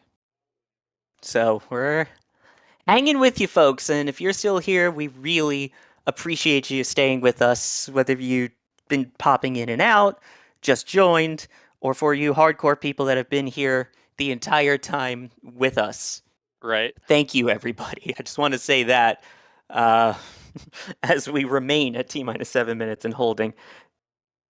Almost like you should put, I was here when it was at T-7 minutes and holding. Kind of like when the YouTube count used to go to 301 Nice. and get stuck. It's like that. Oh no. I think ULA is running videos about the history of the Delta program. Now, we just did the history of the Atlas program. They're talking about the history of the Delta program. Patrick, I don't know. Can you get me the side-by-side present again real quick? Because I can talk about Delta 2. Or not Delta 2. I can talk What about about Delta 2, but Delta 3? 4. Look, I'm literally doing the nerd thing where I'm pointing at the rocket in the background. But we did the same thing at Space Launch Complex 37 with John Gadarowski again. And we got to walk around this and talk about Delta 4. This Delta 4 Heavy as well. We actually... I mean, we talked about the horizontal facility, how they roll it up there. We walk up. Where's the part where I had to put on the hard hat? Yeah, I had to put on a hard hat. Because, yeah, thumbs up for the hard hat there. I brought the wrong ULA shirt. That ULA We should shirt's a have little one too branded short. with NASASpaceflight, We should. like we with should go do this. NSF. But look, we literally get John's like pointing out that spheres and all the GSE and that sort of stuff where they store everything. Apparently my hard hat was tightened too much. All the space nerds made fun of me, I guess. The engineering people. But look, we get to go right up next to the rocket and talk about the hold down bolts. At some point, where did we actually get? We're up on the tower at some point. Nope, we're not on the tower yet. There's the big train track system that they use to actually move. That would be the building out of the way. Why I just did that motion. Somewhere under here, we're right underneath the engines. Yeah, there we go. We're not allowed to actually look at the engine. They're like, don't point your camera this way. You can only point your camera this way. And they let us walk underneath the engines of the Delta 4 Heavy on the pad. And John Gadarowski just explaining everything. I think that little piece of concrete and steel was the reason you have to put the hard hat on.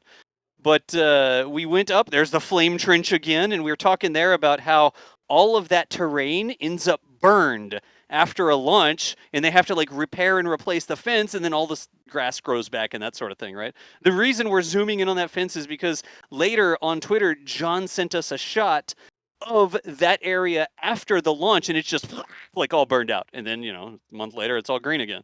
So anyways, we go up. Don't we go up the tower? Yeah, we get to go up the tower and everything, looking at the top of the Delta 4. So ULA, eat your heart out. Thank you for letting me do this, I guess.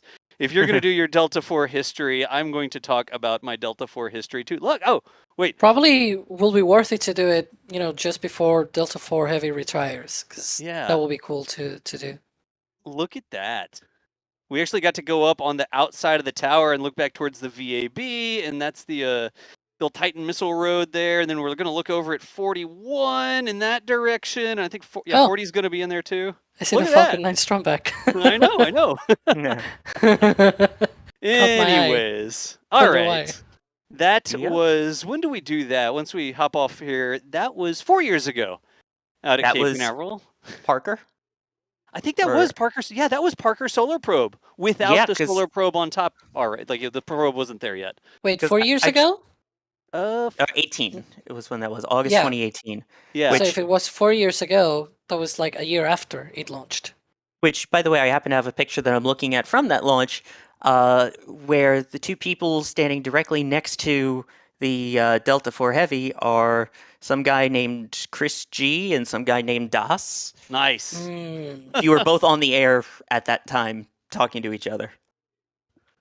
Anyways, I'm gonna link that up too. Like these old videos that we had, I put them into chat. If you want to go and see that whole walk around Space Launch Complex 37, we've got that too. Is there a new update? Right. Yes, we have to interrupt. Yeah. There is a new update. Go. According to Tori, quote, we had a lightning event during the planned hold that triggered a red line and retest criteria. Ran it through the SIL, the SIL, sorted out, finalizing steps, recycling, and heading back into the count soon. All right. So, here's it was a Tori lightning Bruno event. soon. He should have put a TM after it. The good thing is that he didn't say 2 weeks and he actually means 2 months or more. I'll bite my tongue. I'll be I'll the good host. say Tori Bruno soon. There was this joke around when they were still deciding the engine for Vulcan, and he was like, "Yeah, the decision will be published soon." And he kept saying that for like 5 years. So that's why I say that's a Tori Bruno soon. It's a Tori Bruno soon. Nice. Just like there's like Elon time, that's a Tori Bruno soon. Tori Bruno time. Nice. Yeah. All right. So they're not done. At first, like I was reading that and they sort of had me in the first half, right? Where I thought they were going to say, oh, there was a lightning strike event. And so we have to review it more. No flying today. But they said they actually got it sorted out and are finalizing the steps to go back into the count. So ULA not done with the potential to test here the flight readiness firing for Vulcan this evening. I guess we say Yep. evening now, huh?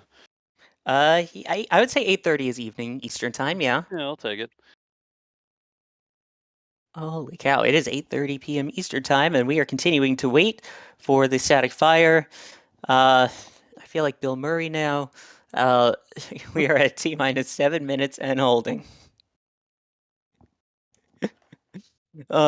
This is Sawyer losing his mind. Hey, at least they have the rocket nice and like illuminated for us. It's not dark and we can't see anything. Like they got some spotlights on it so we can see it at least. Yeah, and the flame burners over there are also casting a little bit of light too, which again, the Nice. fire there is normal. Fire under the engines once the clock resumes, hopefully very normal. Hopefully So- normal. Nice. That one, I believe, is the hydrogen one, the flare for the hydrogen. Yeah, it actually makes sense because if you look at any of the shots of a Delta IV Heavy launch, their diverter and the burn-off looks identical to that with how bright it is and color and everything as well. Oh boy. Alright. Well, still no T0, y'all, but that's all good. Massive thanks to United Launch Alliance for actually streaming this, right? And allowing us permission to cover it. Sometimes a company might do something like this, right? And they don't want to provide live coverage because it's a test event and there's going to be holds and there's going to be a lightning strike that they have to deal with and all the myriad unpredictable things that they may have to do. And then you all show up in chat and you're like, oh gosh, they don't know what they're doing. Oh, why are they delayed so long? Clearly this rocket's terrible. Like, come on. You're the reason that sometimes companies don't want to show this stuff. It's totally normal for them to learn things during a test event.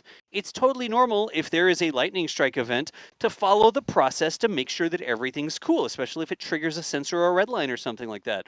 So the fact that ULA is showing this and letting us cover it is really cool. Don't bag on them because it's like, oh, why didn't they? It should just take them 10 minutes. Fire up the stream, count down to 10, fire the engines, and they're done. Jeez, right? That's not what's going on here. And giving us access to be able to talk about it and answer questions and hanging out with y'all and all that sort of stuff. I see people in chat.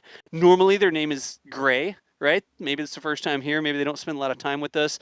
But I'm going to stick up for folks every single time when they're covering an event and they're allowing us to cover an event, giving us these different views and sort of opening the door when they know that they're there to learn things and not to put this on for our entertainment. Did I pontificate too much there? In Nope. chat, tell me if you agree with me in chat. I really do appreciate ULA showing us these views and showing us this, knowing that it's an unpredictable test event. That soapbox was very deserved. Thank you. I went there. Yes, Osiris Apex, I went there. Yeah. Agree 100% what Das said. Someone take away Das's coffee. Oh my gosh. And people just still talk saying. about my cat. Yeah. There we go. Yeah, All right. somehow. So I do want to, while we're talking about that, I do want to mention something. We talked about why they're still waiting because it triggered a red line. For those who are unaware of what a red line is that the computers and all the sensors and everything inside different systems of the rocket are measured by a computer. There is a certain point where if it goes above that, then it is out of range. It is out of what they expected, and it's either too high, too low, something that needs to be looked at regardless. If that happens, it is officially triggered that they need to stop and look at it, even if it just means resetting a sensor or ignoring a sensor. And it is literally like when it goes from green to red. So if it goes over that red line, you have a problem. So for those who are unaware, that's why it's a red line sensor. Yeah, makes sense. Thanks, Sawyer.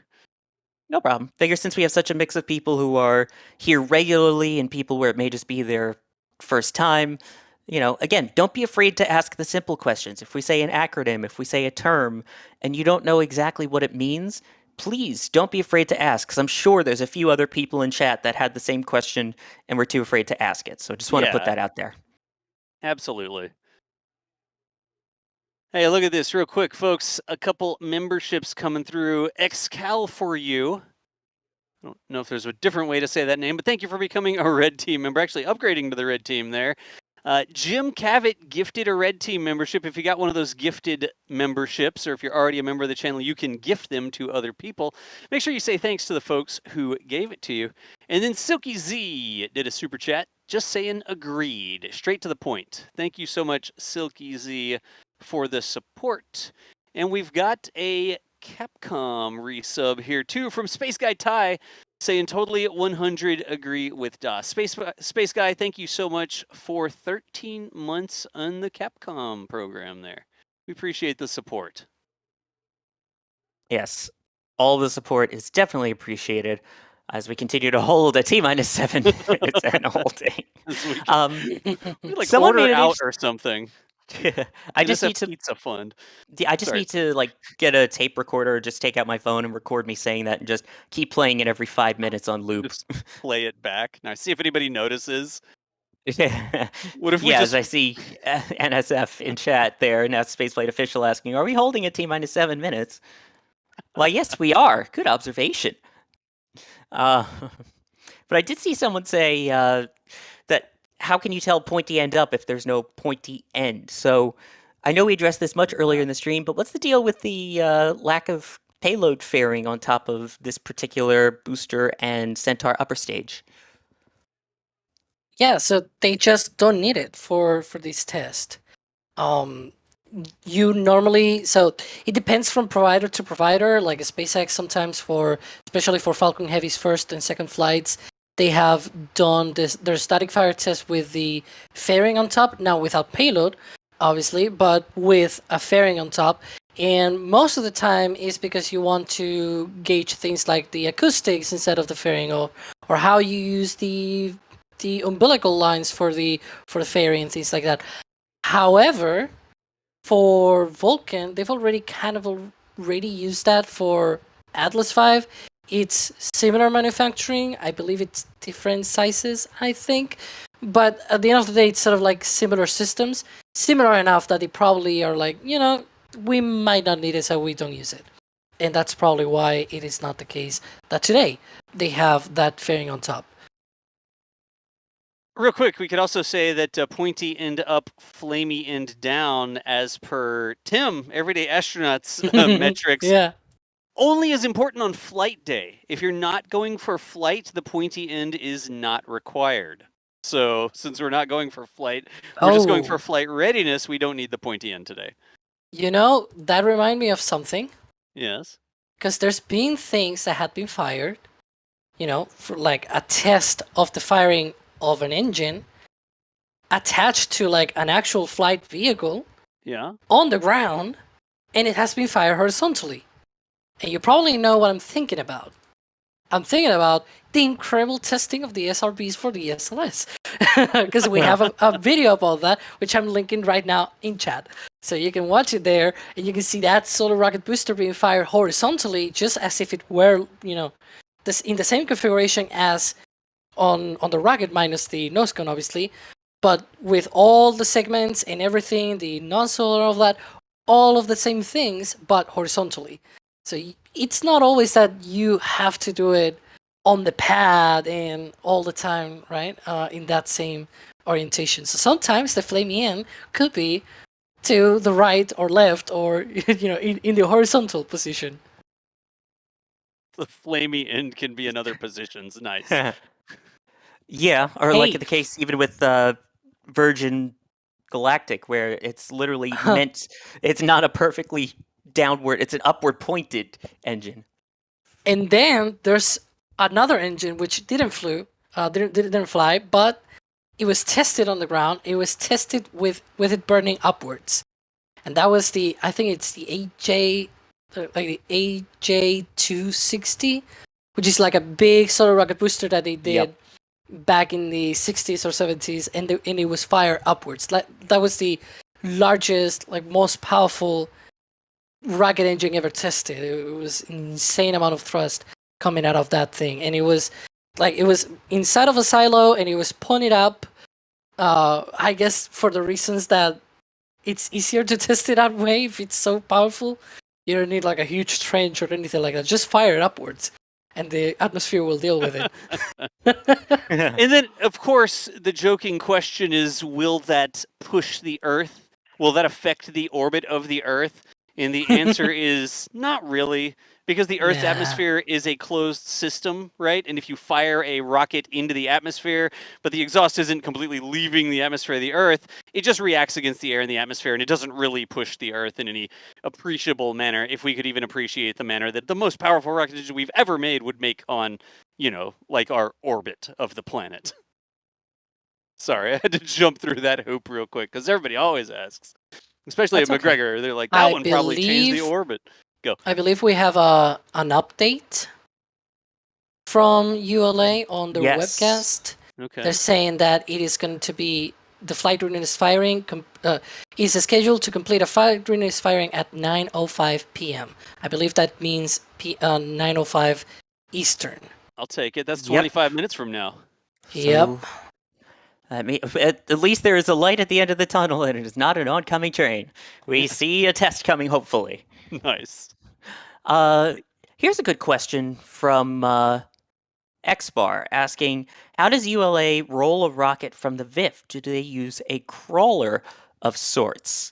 And I guess the kind of best way to explain it is it's kind of like a train, right, Das? I mean, you were on those tracks there as they were talking about the ground at Slick 41.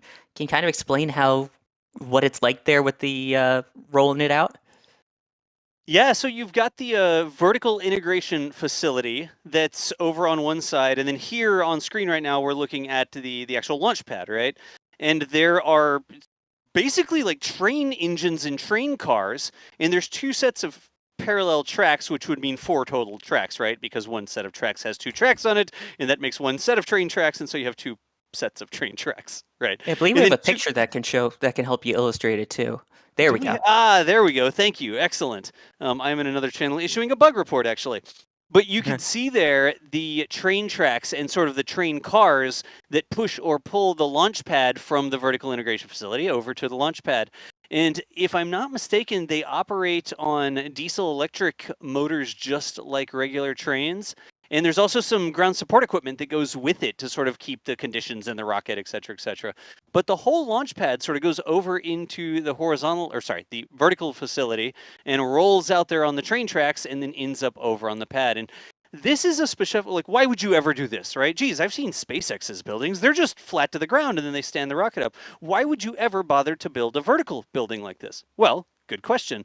The reason they have this vertical integration is because that way your payload can be built in such a way that it only ever has to sustain forces vertically. Like it stays pointing up the entire time, and you can build it stronger in that direction, but you don't have to reinforce it so that your payload, your expensive communication satellite, spy satellite, whatever it is you're launching, right, also has to be stable in the horizontal position. Because if you do it like SpaceX and you integrate it in the horizontal position and then you bring it up to the vertical position, the payload and the payload adapter has to withstand those horizontal forces.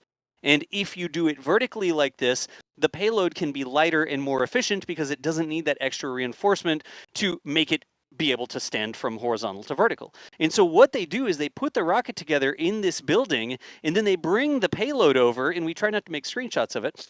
And when you have the payload, it's sort of on a vertical thing in the fairing, comes over to this crane, this gantry that sort of sticks out from the side of the building, still vertical, and goes up the building, swings over, like sort of slides over actually, and then goes down on top of the rocket. In the entire time, from the time you put your payload onto the adapter and you encapsulate it and you roll it from the facility all the way over to here, and then you put it on top of the rocket and the rocket goes out to the pad, the payload stays vertical, so the payload doesn't need the horizontal reinforcements. Were you Did you bargain for that sort of explanation? But what call if that a bargain? The best I ever had. What, Das, Alex? Go. What if? Go. What if you stacked your rocket horizontally and then brought it up vertically on the pad, and then installed your payload vertically on the pad? On the pad, you could do that actually, because that's what happens at Slick 37. Over at Slick 37, they have the rocket come out of the horizontal integration facility over to the pad. It's Delta 4 Heavy, right? And then they verticate that rocket. That was the term that John Gadarowski actually used when we were hanging out. And then once it's vertical in the building, they put the payload on top of it, and then Bob's your uncle, you launch to space.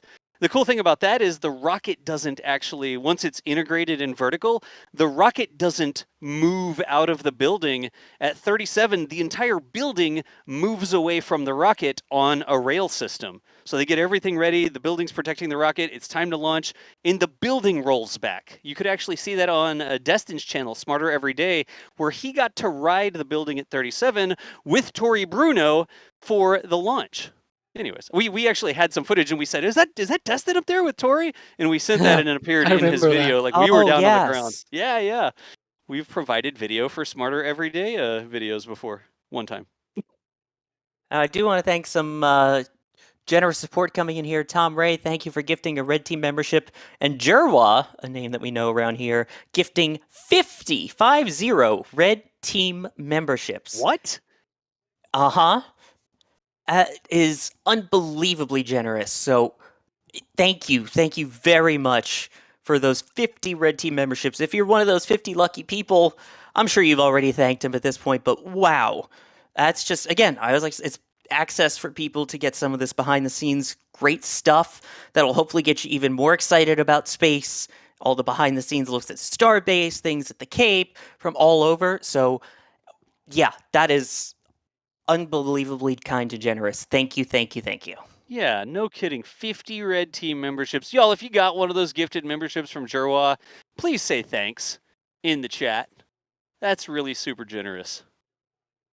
Oh, wow. And then we also have a question here from Money Machine with the super chat asking, just curious, where can I watch rocket launches late at night in Cape Canaveral since Playa Linda is now closed? Well, glad you asked. Here we go. Do you want me to draw this? I think you know what chat's going to say about DOS art and Dostrations. If the bridge is online right now, I can actually draw some places that you can look at rocket launches at night. We may have to reboot our presentation system, but give us just a second here. Here we go. Behold, it is Cape Canaveral, right? This is actually the Cape. It sticks out here like a nose.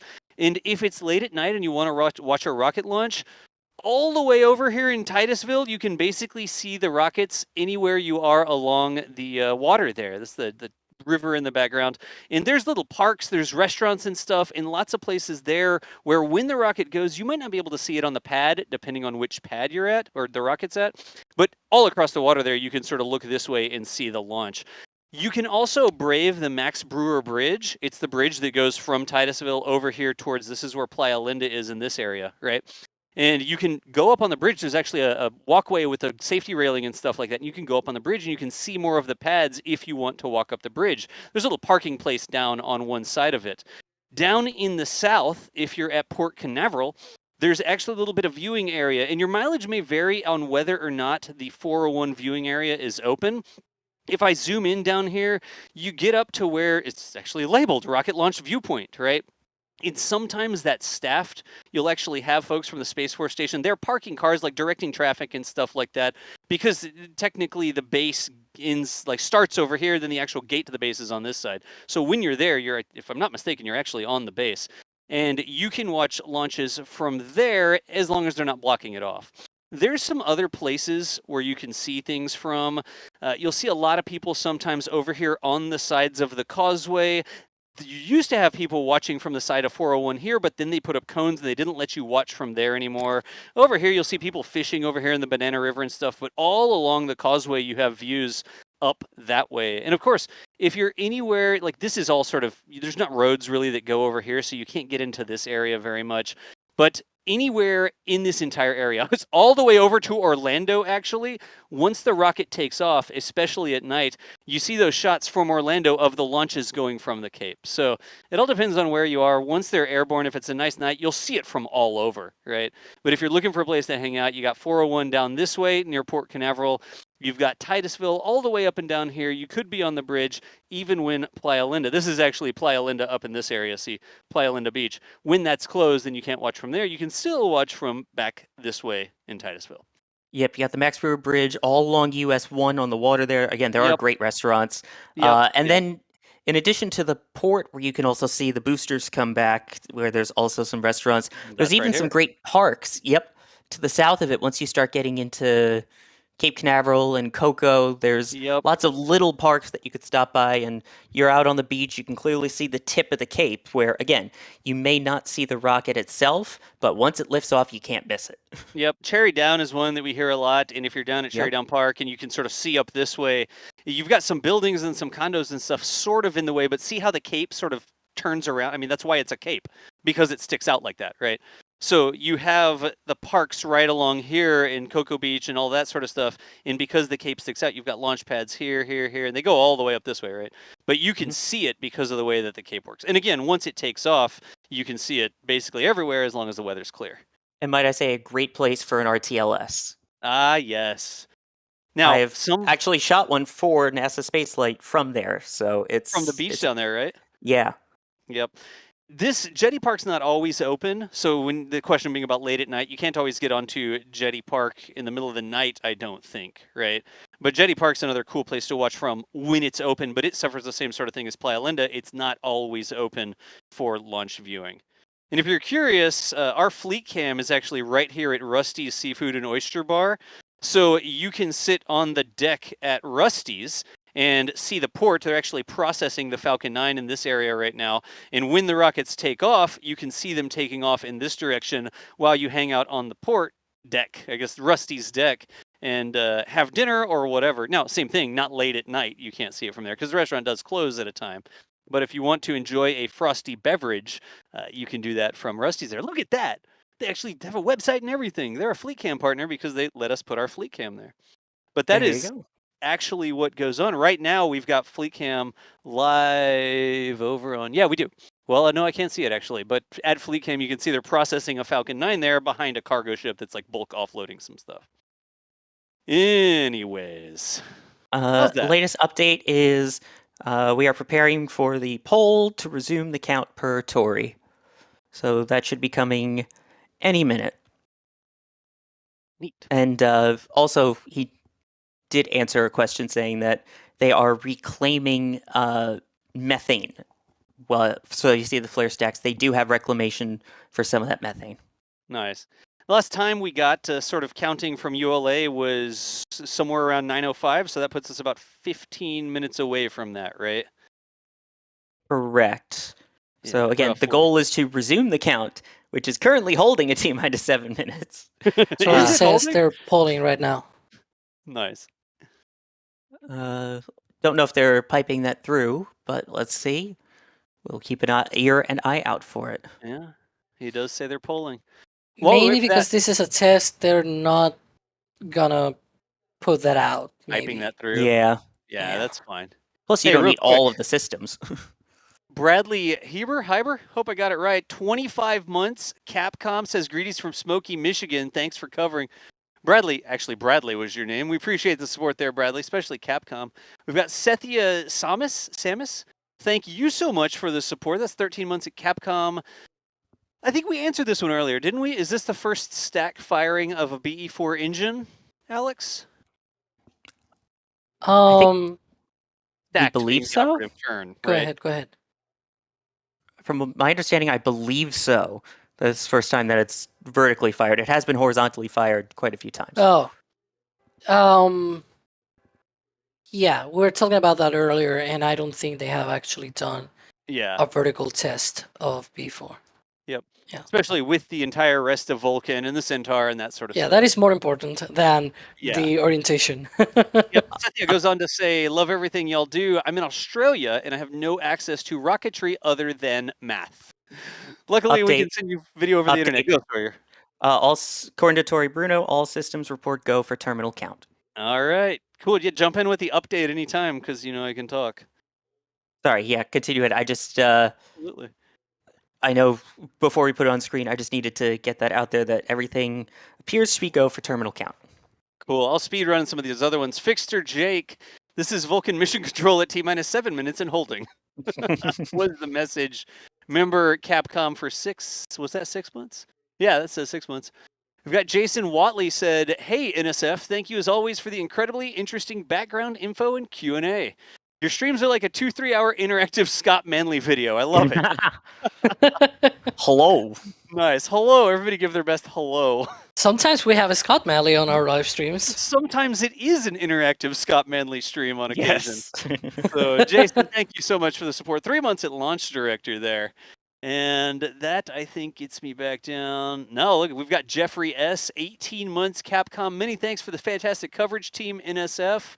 Austin Skirvin, 13 months. Great job at NSF, everyone. Let's light this broomstick. Nice. There's a throwback. Uncle Yukon frequents the McGregor live streams over there all the time. Uncle Yukon says NSF the best. Thanks for being a part of it, Uncle. Or do I call you Yukon? I don't know, one way or the other.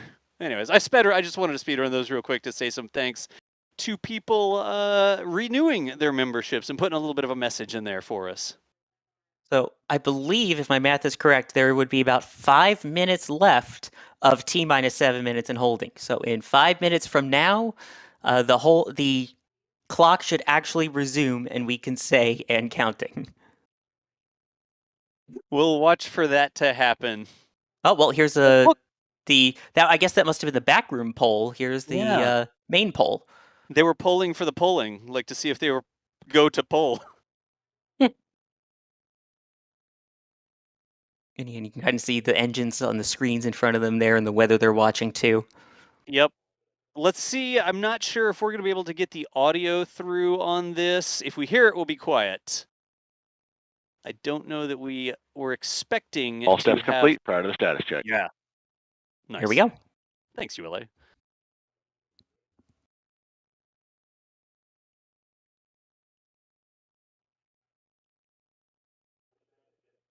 Did we come in at the end? LC switch is ready. Nope.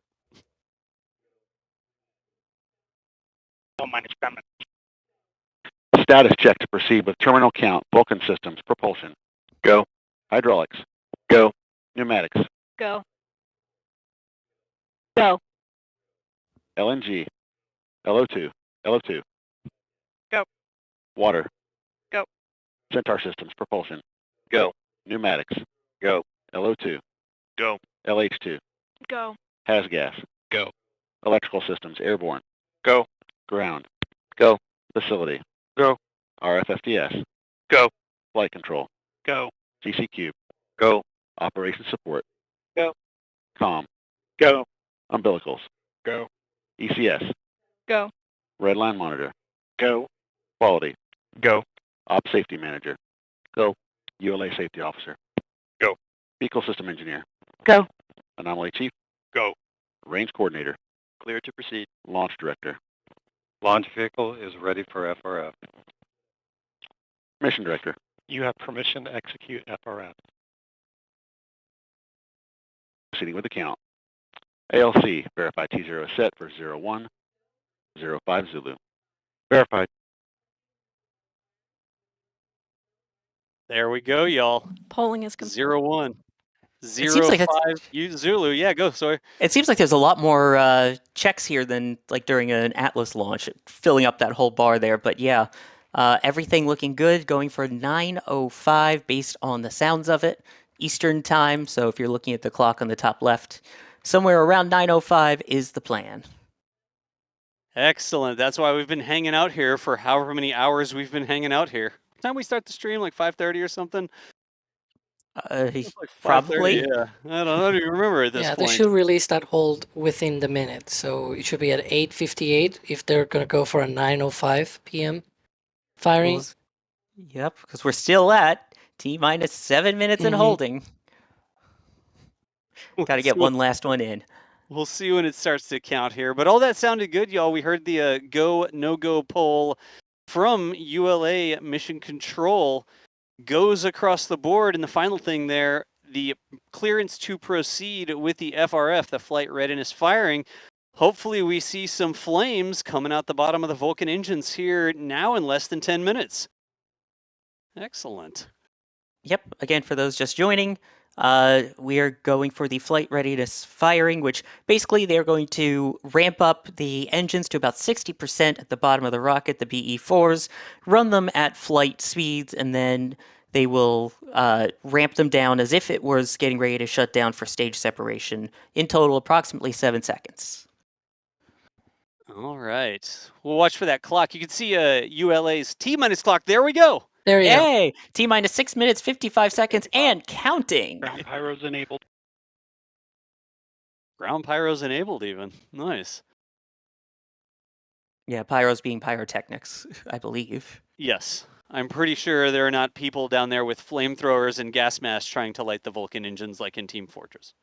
The countdown clock has resumed, and we are go for flight readiness firing at 9:05 p.m. Eastern. A few minutes from T0, we'll raise the volume on our team so you can hear the final preps taking place. And of course, as we hear those calls, we will let you hear them as well. Getting in now, little over 6 minutes to go.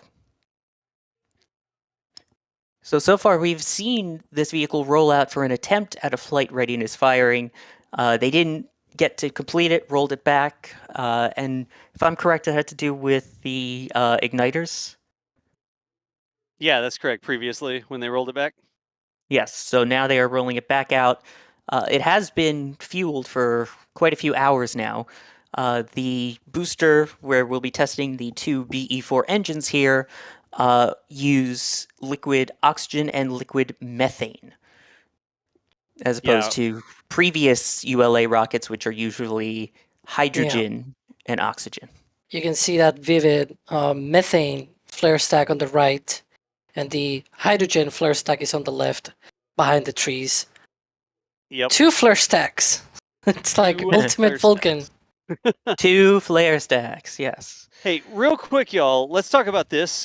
We have our own cameras out there that are bringing us like this video feed right here. This is one of our cameras. And we have our own clock, right?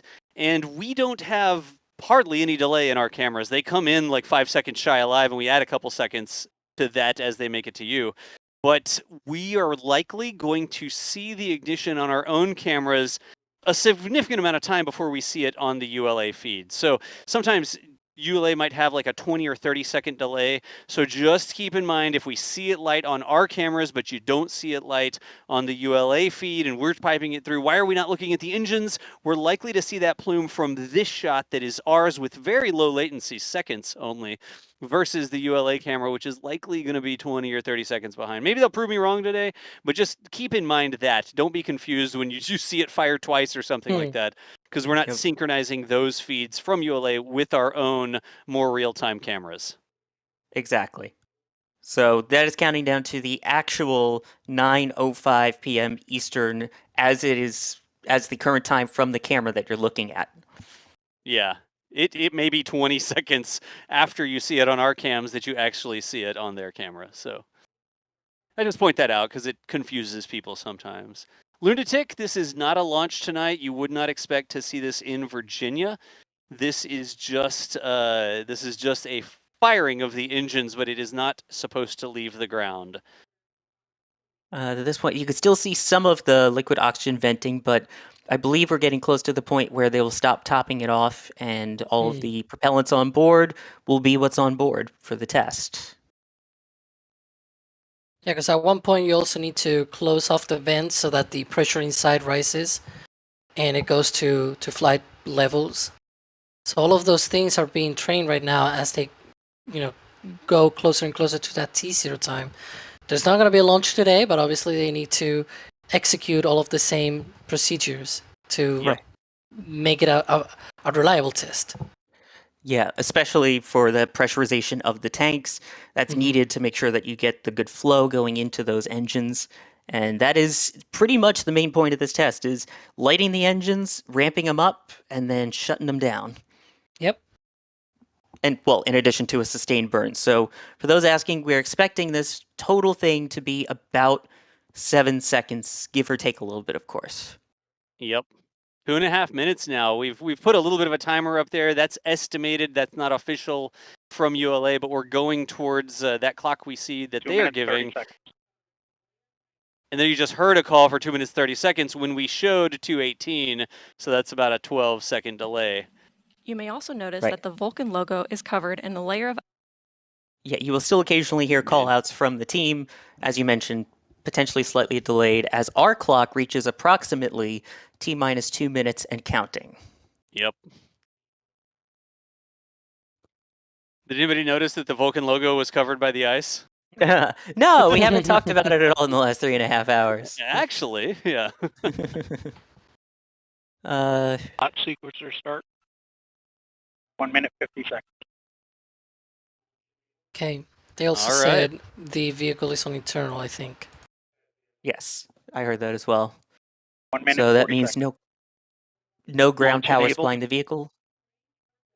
1 minute 35 seconds. FTS armed. T-minus 90 seconds. Launch enabled rocket, is the ground switch they systems, flip, and and then the eastern flight range- termination system is activated in the event of something going wrong. Yeah, Yeah. we're trying to get you There- the mission minute control 25. audio there. So sorry for the FTS mix-up. count started.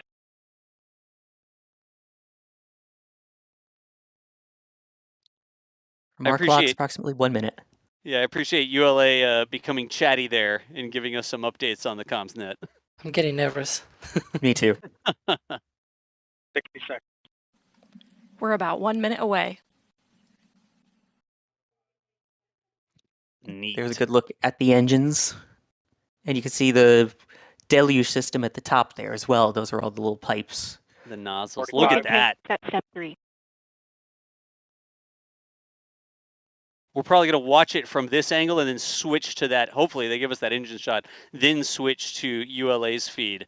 So we'll see it, and we may get an instant replay from ULA's feed.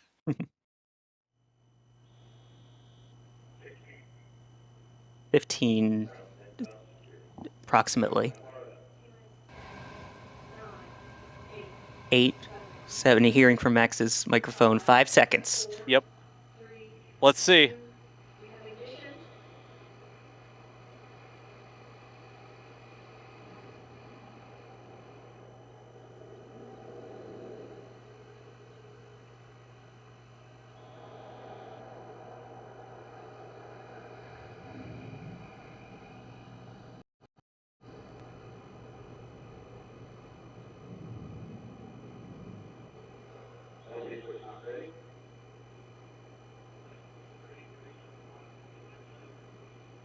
I mean, we saw dust. There we go. That seems a little longer than 7 seconds, but wow, there we go. Yeah. Look, I was trying to watch this. Is it like... Was that audio Saw just ULA's coming Vulcan in? engines throttle up for the first time.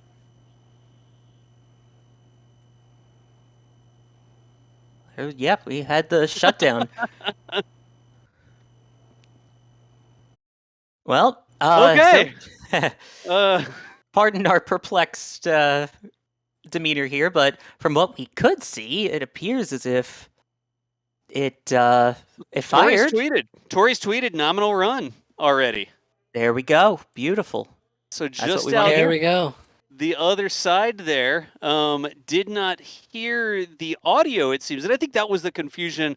We got some handshakes in ULA Mission Control there, but I think it was the audio and the fact that we watched from 4 miles away and then we switched to the other cameras that we didn't hear you. I'm not exactly sure what was up with the audio, but we didn't hear it that much. That's interesting. Well, there's Probably a great because view. it's on a flame trench. And it's also heading away from our camera. Our previous experience is like a microphone at point blank range underneath Starship. And then we Yeah. come and listen Yeah. to this, and it's like, oh, well, where's the noise? What's happening? And it's, well, they actually have a deluge system, and they have a flame trench that points away from our cameras and microphones, and that's what it's like when you actually control the energy coming out of your rocket, Yeah. and it doesn't take off. A similar thing happens from LC-39A when they test either Falcon 9 or even Falcon Heavy, which Yep. is super powerful with like millions of pounds of thrust or whatever, and because it's held down and on the flame trench and with the deluge system and everything, and it's also pointing to the beach. Basically, you don't Yep. like the trench is not pointed to the press side. When we have a live stream of that, it's just a very subtle rumble that you hear. It's not like this huge crackling noise I hear once the Falcon Heavy lifts off. It basically rattles everything. That is not the thing that you see when it static fires on the pad. So this not being that huge of a noise, it's probably expected. And a reminder, that was also not full thrust as well. Yeah. Yep, that is true. I think we were all a little confused because chat has trained us to be quiet so that you can hear the rocket, right? And sometimes we even listen to chat, and we do that. And so we were sitting there listening, waiting for the rumble. We didn't know exactly what we were going to hear. And so none of us wanted to say anything waiting for the rumble because chat has trained us that they would like to hear the rumble too, and we shouldn't talk over it. So people are asking for replays. Yeah. It would take us just a minute to get one of those together, but asking about the van. The van's okay. The van's okay, y'all. The van is perfectly fine. No vans were damaged on this test. We are working on pulling those replays right now. It takes us just a second to get that out of our video infrastructure, and we're going to put hopefully the audio in with them as well, so we can hear in a very clean, controlled state what the microphone picked up, and we'll see what it sounds like. But again, a flame diverter, deluge system, pointed away from us. It's looking out to sea. It's not sending the energy in this direction. It's a very controlled sort of, I guess, direction there. Let's say the same word twice, right? But not too terribly surprising that we didn't hear it now that we think about it, because the rocket was not clearing the tower. It wasn't pointing the engines at us as it went downrange. It just did the firing right there. And like Alex said, we get the same sort of thing from Falcon 9s and Falcon Heavies. There's only a little sort of subtle rumble because of the flame diverters that are in place there. So one thing I do want to mention, and hopefully we'll see it in the replay, is I noticed right away, besides the fact that you had little sparkers going almost the whole time, it started off like a typical yellow flame, but this one, it was a very much more distinct purple color. Yeah, that bluish purple that you get from methane. Which, I mean, yes, also methane from our based, view, still. if you go back and you see sort of the exhaust, that's what I talked about a couple of hours ago when we were sort of talking about what do you expect to see, like what is the thing, and I was like, the new stuff, like when you see that vapor coming out of the exhaust trench, right, the flame trench, it's white. It's just white. Unlike, when they launch with Atlas and they have the solid boosters and it's like dark brown and it's like sort of like dirt. This was white. It's cool because it's just clean stuff coming out of the engine. Exactly. Well, clean, I guess as clean as the moo in our intro, but yes. Nice. It's the methane. Oh, there you go. Whoever that was in chat, well done. And if it was you, Alex, even weller done. Because words. Anyway, continuing along with the actual content here. We did have some support come in while this test was going on. ARP Takao saying, I remember driving from Minnesota to Florida, watching STS-135 from the Max Brewer Bridge with like 50,000 other people. Thank you for the support, and yes, that was a crazy day. James L. saying, light it up, which thankfully it did. Jay Gumpla gifting 5 Red Team memberships. And Anonymous asking about the line that was coming down from the tower. Yes, it is similar to the zip line that the shuttle had. That will be for crew going down. We are working, though, on pulling those replays for you here. Yeah, real quick, Michael Williams in chat. No reconstruction of the launch pad needed? Welcome to the future. I mean, did you really do anything if you didn't dig a huge hole in the concrete underneath the pad? Seriously. Well, technically they did already with, a backhoe and tools that were meant to do it. Exactly. It'll be interesting also to see if they have to do any additional repairs or anything to that flame trench, because they usually have to do small repairs anyway after Atlas launches, but to see if there's any larger repairs, because again, this is the first time the BE-4s have been fired at Slick 41, so it'll be interesting to see what that did. All right. I think we have the replay ready here. We'll do the ULA stream first, and we should be able to pipe the audio through here. Patrick, you'll be able to see if the audio is coming. But let's see this, and we won't talk over it. Let's see what we got from ULA's cameras here. Vent valve secured. Go, FRF.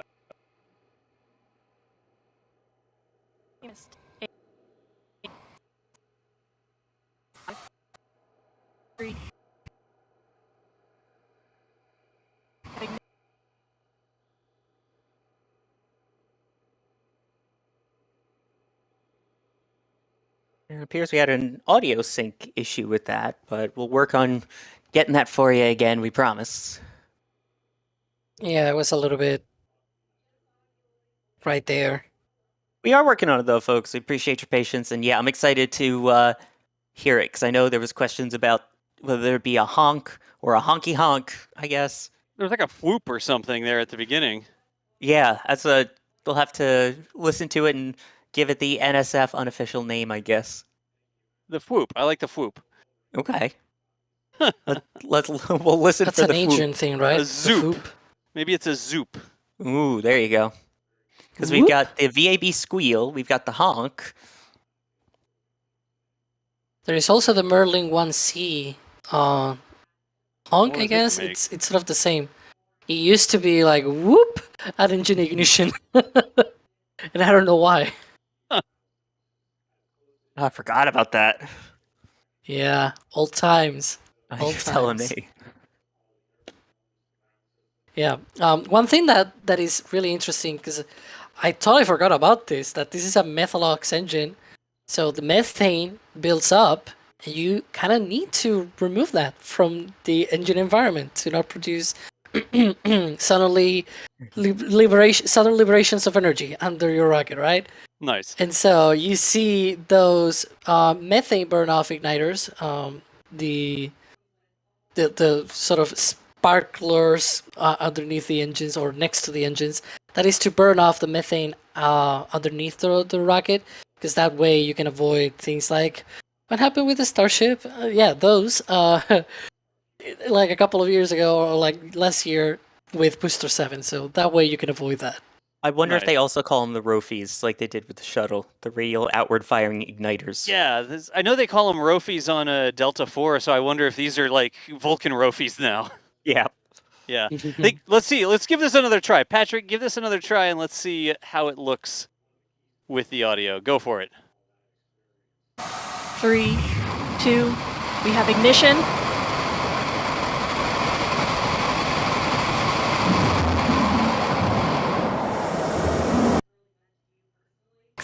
Ooh, it is 5, kind of 4, 3, Watch it again.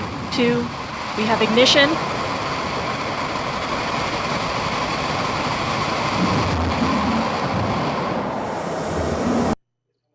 The blue flame, though. Yes. Like the blue glow from underneath. That is a definite blue glow, right? Oh, for sure. Yeah, that was much more defined blue than something like Starship. Kind of more what we saw with Relativity. Yeah. I would love it whenever, because this first launch is going to be with 2 solar rocket boosters, but they do market the rocket like they have a variant without the boosters. It will be cool if they launch it without the boosters at one point, because that will be a really clean view of the engine exhaust. Because probably, unfortunately, for that first launch, it's going to be complicated, because it's, you're going to see the whole, I don't know, like you've seen SRBs burning, and it's sort of like more like a cloudy, shady thing versus the other more clean burn with the Mac diamonds and all that. It's a different look, right? And it's much more clean when you don't have all of these SRBs on the sides. So you already want a VC0L now. Mm-hmm. Which that's I wish that's the name of the configurations now. Will be V Vulcan, C Centaur. Third number is the number of boosters, and the L is the fairing length. Nice. Yeah, I wish SLS could also launch without the boosters, but unfortunately it can't. It cannot do that. But it literally can't go anywhere without them. Yeah, exactly. It can only just sit there on the pad until whatever. Which, a reminder, the first scheduled flight will have some payloads on board. That will have two solid rocket motors, and then when Dream Chaser flies, that will have 4 solid rocket motors. So this may be the last time we see a boosterless Vulcan for a little bit. A boosterless Vulcan, nice. Yeah, well, it's a booster, but it doesn't have the other boosters. So a boosterless booster. I don't know. Boosterless booster, unaugmented. One way to say it. Yeah. Like no extra put on the side. Sayonara solids. Sayonara solids. They probably so real don't quick before, because I'm seeing a lot of people noticing the flare stack on the left. That is a flare stack. That is where they burn off the hydrogen from the boil off of the center upper stage. You can see a more shorter one on the right, next to the rightmost, lightning tower there on the pad, and so that is the one for methane, and it is more active. It was way more active before. Now it's a little bit more calm there. Probably they don't need to burn off as much. Probably because during detanking you don't need as much. But hydrogen it usually boils off a lot more, so you see it more active, more going off there. I remember when we used to look at the tests at a Starbase way back when, and we used to guess when the engine ignition was going to happen because the flare stack for the methane was just going wild. But yeah, now we can do that at McGregor. They didn't use any of that either, did they? Since this was just the core stage booster firing. For what? For the what's the other burn off? Is that the hydrogen? No, but the one on the left is the one for hydrogen. Right, that's what I mean. It seems like there would be even more because they didn't really use any hydrogen on this. Yeah, but it boils off faster because it's like way colder and it's way easier for it to just boil off because it's compared to the temperature of the methane. Whereas the methane flare stack is not really that active. It was very active before though. Also, it's element number 1, which kind of helps it a little bit too. Small. A lot lighter, a lot smaller. Yeah, it's small. It fits through things. Like you talk about, I don't know how many people have read a lot of science fiction or whatever, but like when you talk about hydrogen slush, like if you're going to try to keep hydrogen in tanks for long duration space travel, you have to worry about the hydrogen literally leaking through the skin of everything because it's such a small atom/element, H2, whatever, right? So that's what you're saying when you say it's number 1 on the periodic table, right, Sawyer? Yep, exactly what I meant, yeah. Little small atoms that squeezes through really small spaces, and some people like to be like, oh, that's why it leaks so much. And, whether or not that's true, is that why maybe we got more leaks on SLS? Maybe people were just up in arms about leaks on SLS when hydrogen is hydrogen and does its thing. Rockets have to deal with their propellants. Seals sometimes don't like temperature changes, and you got to deal with all sorts of stuff, no matter what you're using. So, anyways. Hydrogen gonna hydrogen. Hydrogen gonna hydrogen. Right. As it turns out, methanes, and RP1s, and all the different things do their thing, so. Except for Delta 3s, yes.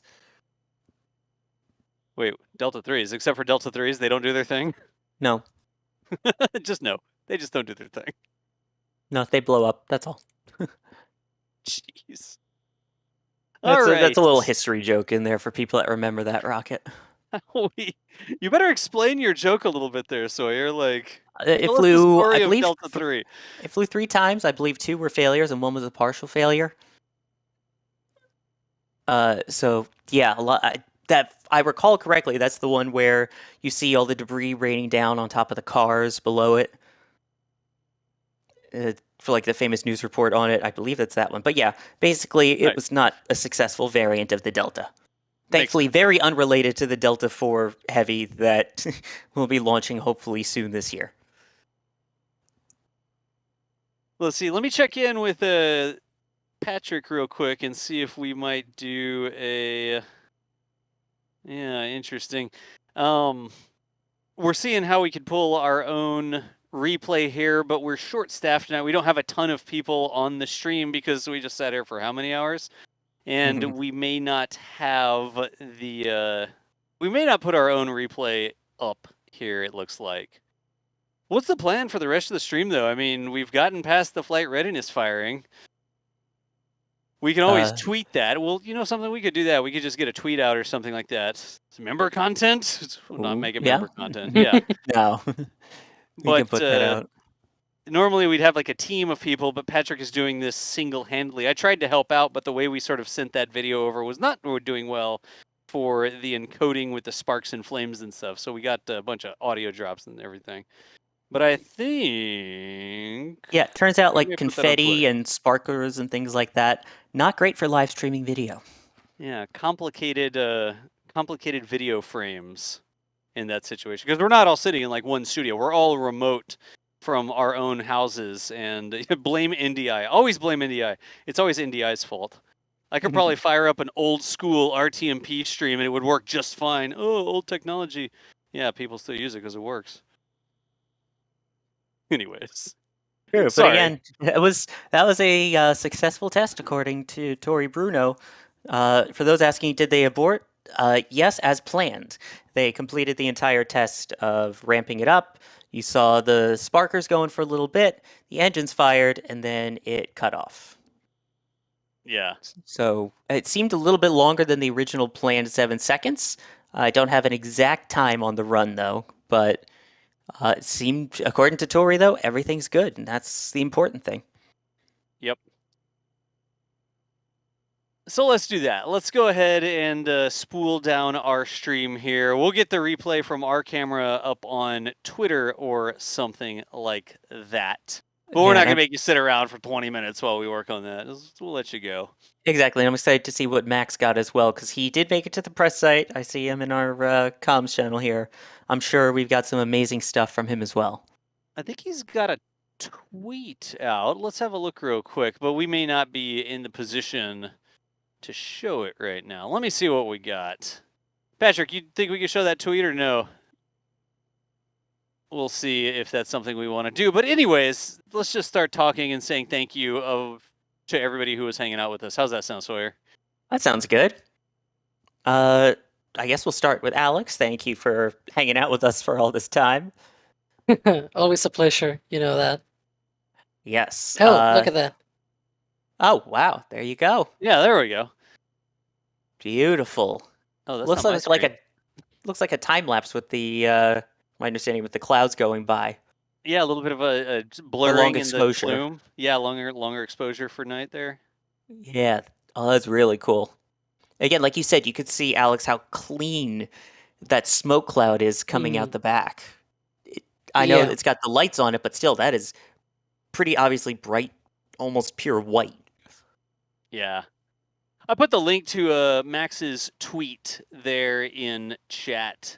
If you'll want to click over there and look at the tweet directly from Max, who did make it back around to the press site. Or somewhere in that direction. Yeah. Should I touch on something before we wrap up? Sure, why not? Because we've seen now this rocket has static fire. Are we waiting on something else to static fire as well? Oh. Uh-huh. I mean... Yeah. And so we've... somewhere? We've had road closures for Starbase for next week. I think it is for the 12th, 13th, and 14th. Yes. There we go. And so we're hoping that's for static firing of Ship 25 at suborbital Pad B at Starbase. So definitely, do your thing of subscribing, checking out the bell and everything. There you go. Those are the road closures that you can see on NASASpaceflight. We have our own Starship section as well. And so you can check those and get your information about the road closures upcoming for Starbase. So if they actually go for a static fire, I'm really sure we're going to go live, right, Daz? I'm pretty sure that we'll stream it from Starbase if we get a Ship 25 static fire next week. Yeah. Well, again, Max, who's out there getting the stuff for us today, do want to thank Max out in the field for braving the pouring rain and then moving from Playa Linda back to another spot. Max, you deserve all the praise on that one. You are killing it out there at the Cape in the best possible way. So props to you, Max. And Das, thank you for hopping in and helping as well. Hey, always a pleasure to hop in and talk about rockets. I know sometimes I go off on tangents, but I hope y'all learned like one thing today in chat. If you learned one interesting thing, hope it was worthwhile. Thanks for hanging out. You complaining about going on tangents? I'm here. That's like what we do. That is NSF's thing, is we go on tangents about things, and that's why we talk for 4 hours straight. Only to then be interrupted by puns, yes. Exactly. Script? What's a script? We don't know what that means. Come on. And Patrick, who's been juggling all of this stuff by himself with some help from Das, but mainly by himself behind the scenes here. He's been knocking it out of the park as well. So Patrick, thank you and great job. And thanks for sticking with us all these hours. For those who don't know, I am Sawyer Rosenstein, a contributor here at NASA Spaceflight, and someone who is now quite tired and still hungry, but we did have that successful flight readiness firing. The latest word that we had from ULA was that if this was a success, it would be no earlier than July for the first flight. We will, of course, keep an eye out on that date. Keep an eye on our social media channels as well for any good replays or pictures that we get. We will make sure to tweet and retweet all of those. And yeah, thank you everyone for joining us. Don't forget, if you want to see what's going on at the Cape, we have our Space Coast Live 24/7 cameras that you can always check out and see what's happening there. But for now, that's going to wrap up our coverage tonight. Thank you so much for joining us. And in the words of a certain someone in this call, later, nerds.